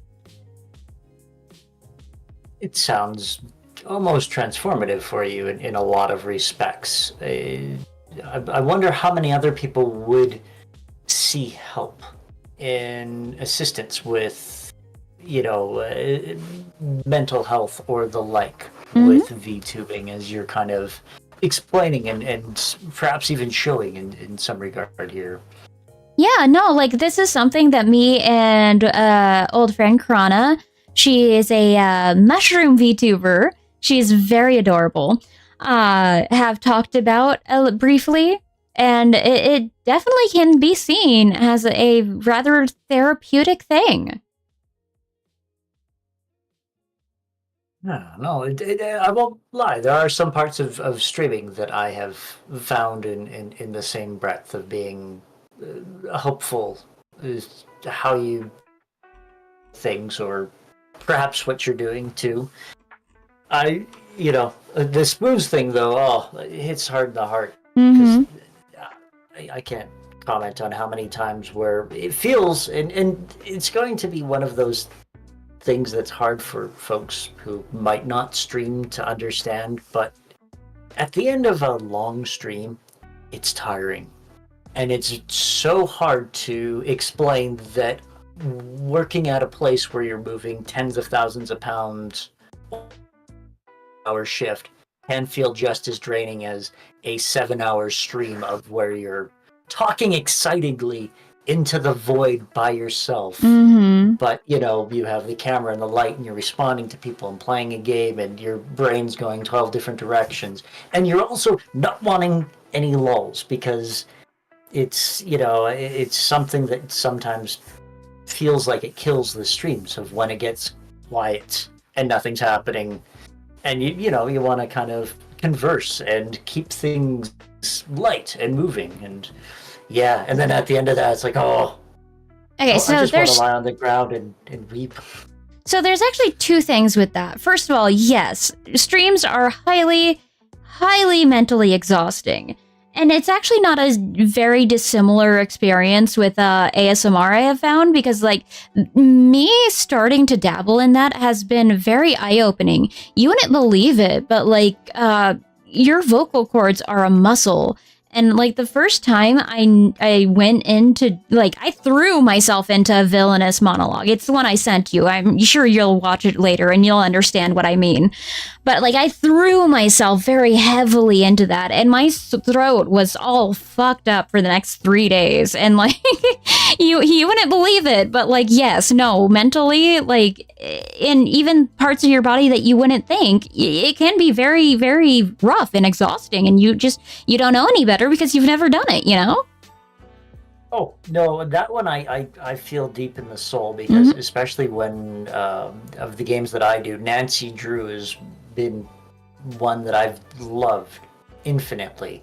But there are a lot of like full-on books in that. And to read novels worth of books and be constantly talking through it. And if your throat's not ready for it, it will just slay you the next day. You know, vocal warm-ups are genuinely recommended. And if I stop streaming for a week, I do need to do something before I start streaming. And actually, recently, I've actually been chewing gum before I get on my streams because well, there's also I've hurt like my jaw a couple times. Oh no. Well, there's also a different like speech pattern that goes into it too, because there's a different kind of emotional energy, a different kind of raw charge on your vocal cords too. Are you putting affectations on your voice when you do this? Like, are you throwing distortion or deepening your voice in some way when you're doing your ASMR, or is it purely fey? No,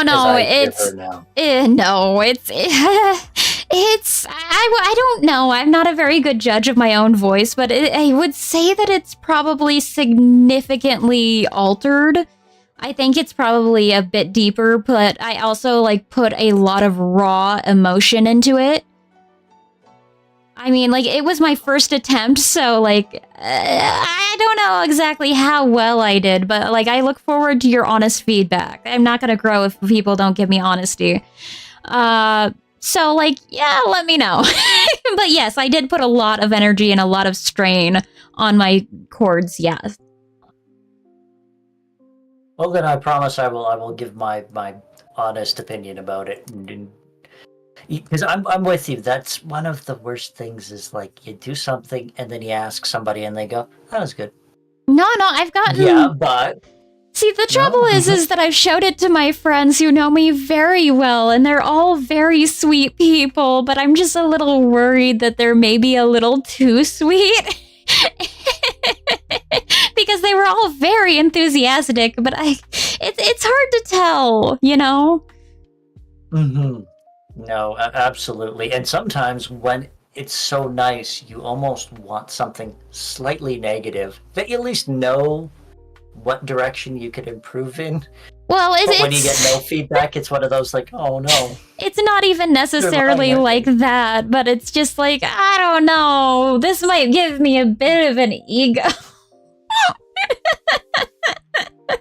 Maybe I shouldn't be quite so proud of this.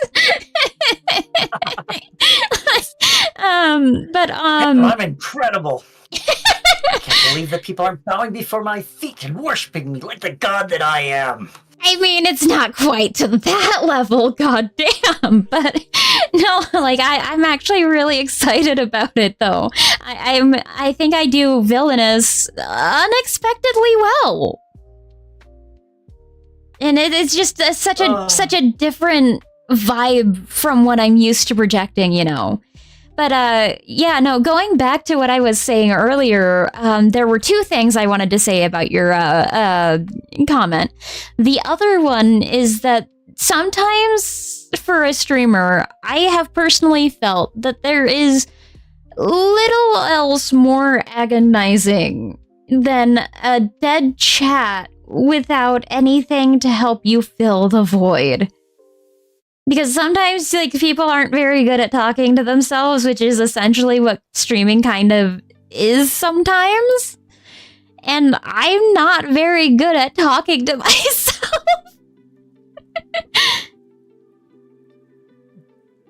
No, I definitely could see that, and that's one of those things of I feel I do all right with, of like talking about anything, because I have, you know, like you've mentioned ADD. I've never been diagnosed with such, but my brain will honestly hit tangents in terrible ways that are sometimes uncontrollable. And I almost have the other problem of like not being able to maintain a topic. Oh, same. Something halfway through strikes my fancy, and you know, next you're talking about well-coiffed pubic hair, and then you find yourself on a conversation about trucks, and then what was the last Jackie Chan movie, and why is he a stuntman with a horse this time around? Well, I really gotta watch that. Oh no, do I have the time? But I need to walk my dog. I love Charlie. Charlie's a great dog, isn't he? Oh, I've been, you know... I mean, that's completely fair to be 100%. I mean, like, honestly, something neat that I like is that I feel like VTubers sometimes want pets, and they're not necessarily able to have them for whatever reason. And so I think that's how the VTuber mascot thing started happening a little bit. Oh. Mm-hmm. So, VTubers having mascots is actually rather commonplace. I myself, IRL, have two little kitties, and I love them both to pieces. They are the best little girls ever. But, you know, like, I love animals and, you know, fairies. So, like, I'm like, I need mascots, damn it. And they need to be cute little animals that I would not be allowed to own otherwise because legality. So I think I can't have a deer. What do you mean I can't have a bloody fox or a wolf? Rude. And then you hear that thing, that old meme where it's all like, you want to download a bear, would you? And I'm like, fuck you, I have a cute little bear now. Eat me. Oh. So yeah, I would download a bear. I had one custom made, bitch.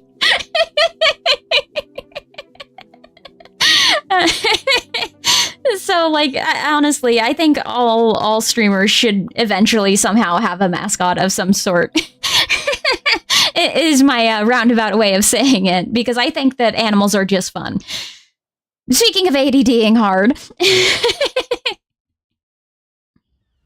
What are you talking about? So, about those mascots, can you get any that are animated on themselves? Oh, like, okay. They This would is walk around and be able to do stuff without you holding them as you are. Hold up a minute. Let me cook. This is gonna lag me out like crazy.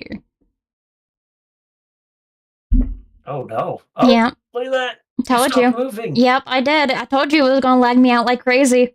Immersion break. Sorry. No, everyone. She is just practicing her statue routine. This is what she looks like before she becomes a weeping angel. Oh my god, weeping angels. Fuck. There we go. But these are the animated ones.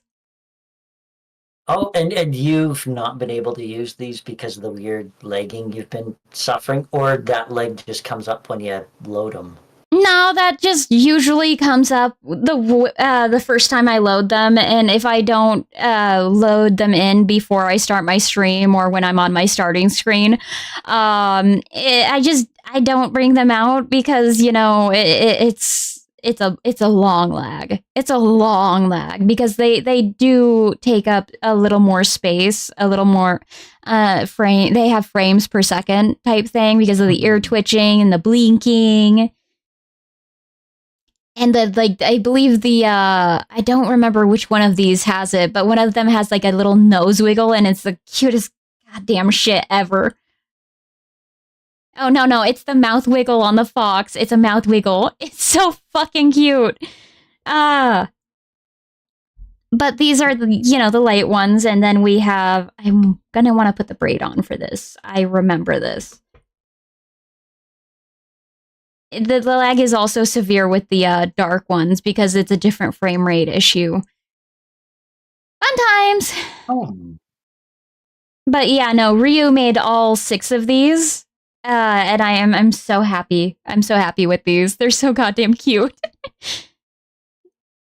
But as you can see... Oh, now I see why you needed the braid, yeah. Yeah. So like I told you that they were colored after my hair highlights, right? Even their eyes have that going on.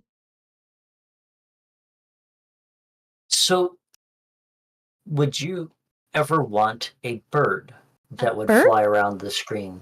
Oh, that would take so much. I mean, that wouldn't even be able to be an asset that I could load into VTube Studio, I don't think.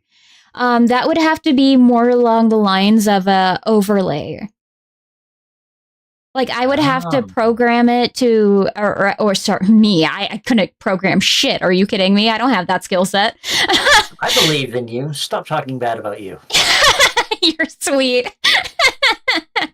But no, I'd have to have my model be a specific size, and I'd have to fit it to the screen just so. And it would, I don't know, maybe there would be a way to do it in VTube Studio, but it would, I feel like that would take a lot of processing power and like a surprising amount. Yeah, because when I first said it, I was genuinely thinking of like a fox running along the corners of the screen, sniffing the ground, then sitting up, looking at you, coming close. That sounds so cute. And honestly, what I would love to do, what a lot of VTubers actually do, because it's not a common thing to go the animated route, but I'm broke and that was cheaper, is that they typically have the mascots rigged. Has a toggle on the model themselves. Oh. Yeah. So like your wings, but not. Kind of, sort of, ish, but they would have their own separate movement. They would be rigged to your movement, but it would still be their own movement as well. Oh man, there's so much to this. I know, right? Every time I think I understand something, I know. Well, and then you have to decide on whether or not you want the mascot's eye blinks to be synchronized with yours or animated on its own time. Yeah, it genuinely feels like one of the like informational fallacies of like the less you know about something, the more confident you are about it, and the more you learn about it, the more you realize you don't know anything. Yeah, I'm having that falling into a pit moment right now. Oh god, that's such a goddamn mood. Well, this is another reason why I wanted to, like, going back to the reason I wanted a FleshTuber to be my first guest. I mean, like, you have so many questions and so many perspectives that just aren't necessarily thought about and are great, like, to hear. God forbid somebody wants to get into this. Yeah.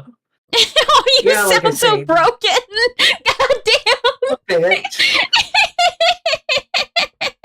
No, I'm just practicing my ASMR chops, for when I do my beleaguered confused guy. Bro, Just trip like that, right? best friend gets broken down. Yeah. I don't understand anymore. Please stop trying to explain American football to me.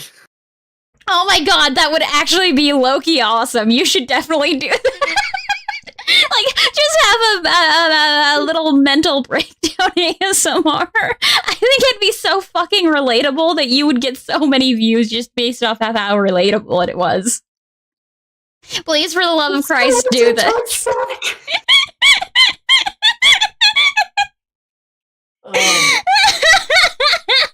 Yeah.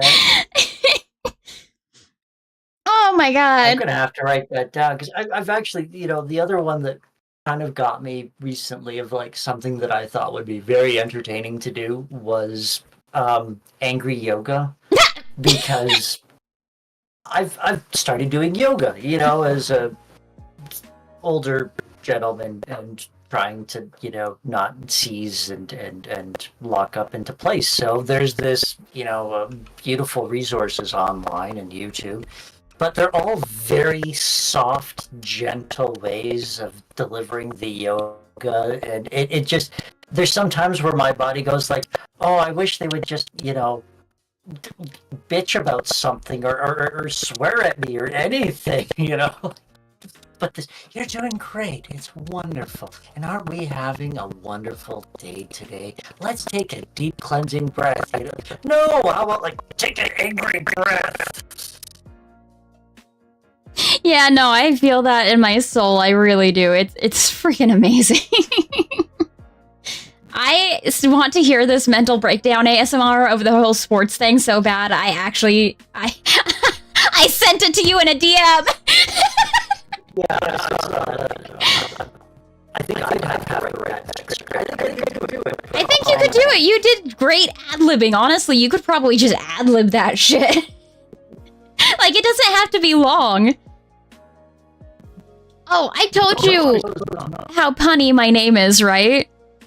Mm-hmm. So, when I do a ASMR, they don't call it ASMR with me. They call it FASMR. You didn't even have to finish that.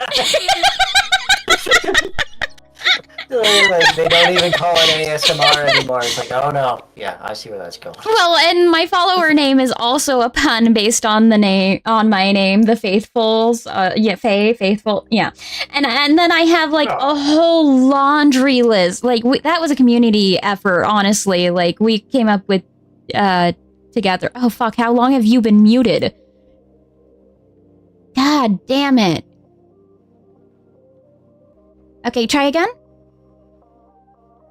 What? Oh, you're back. Oh. Okay, I can't minimize the window. That's what it was. No, I did stop talking there for a bit. No. I haven't been muted. Maybe. I don't know. Was this picture lighting up and did you guys not see? I don't know. Its problem is that there's somewhat of a lag going on too. Like I was saying though, somehow or another, I also ended up getting a whole bloody laundry list of nicknames, and it's freaking wild. I even have a panel on my Twitch that is just for my nicknames, because there's been so goddamn many. So I'm typically called lagging like crazy. Yeah, no, the audio does lag a lot. The whole everything lags on YouTube, and I don't know why. I wish I knew. But the popular nicknames that I have heard for people call me is Fago, Fairy, Faither, Fayrina, after my favorite Genshin character, Furina, Faynuna, Fei. Wait, why Farina? What do you mean? I don't know, it just... No, my favorite character's name is Furina, so they dubbed me Fayrina. Oh, that makes way more sense. I thought they were calling you Farina. No. I was just where did that come from? Yeah, and then the last three are Alta, after my canonical last name, Altega, Miss Faye, or just Altega, and that's my laundry list of nicknames. Oh, Yeah, plus It- anything that they can make my name into a pun with, they will. Like anything, everything. it is the way. No, I completely get that one. Mm-hmm. Hey, she's on vacation and lost in the No, moment. it's been wild. So is her chase down. But on that note, I think that this is an opportune time to go ahead and end the stream. We have been going for 4 hours, and I'm sure that you need some you time tonight. That would be nice. Yeah. I got a puppy to walk. Yeah. It's going to demand pets and belly rubs and chin scritches. It's a whole process. Mm-hmm. No, I am sure. I am absolutely sure. But I would like to say thank you so much for coming on and talking with me and just having a great time. Before we go, I am going to go ahead and grab your Twitch channel, and I will post it in the chat. So if anybody wants to... Mm-hmm. Oh no! We're going to go ahead and share that with everybody in case they want to follow you. Thank you. Yeah, of course. You were kind enough to come on. Of course you get free advertising. You amused me so. So go ahead and give the links a follow on the Twitch. Do you also stream on YouTube? I'm going to start multi-streaming onto YouTube, but this is no. I do have a YouTube channel, which is also ManicLynx at youtube.com, but my videos are old and wizened upon that. Is there are a lot of point-and-click adventure games that were just bespoke for YouTube, but I haven't done much with it, and I am thinking of doing some streaming, but it's going to be figuring out how to make the thing talk to YouTube, which, Okay. as you know yourself, is a nightmare-inducing headache of Lovecraftian proportions. There's just something about YouTube where it hates people using it for some reason. I don't know why, but Yeah, I might be able to Yeah. help you out with that, but do you mind send me the link to your YouTube channel? And then I can put it in the chat?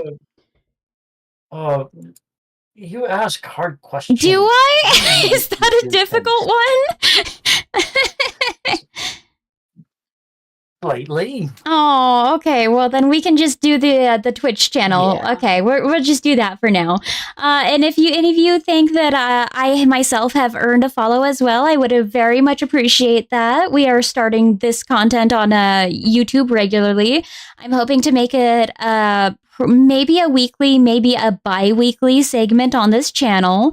In future iterations of the show, we will be taking questions at the end.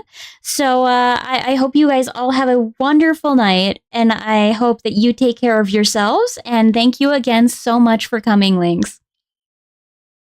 Thank you. Mm-hmm. And a good night to everybody.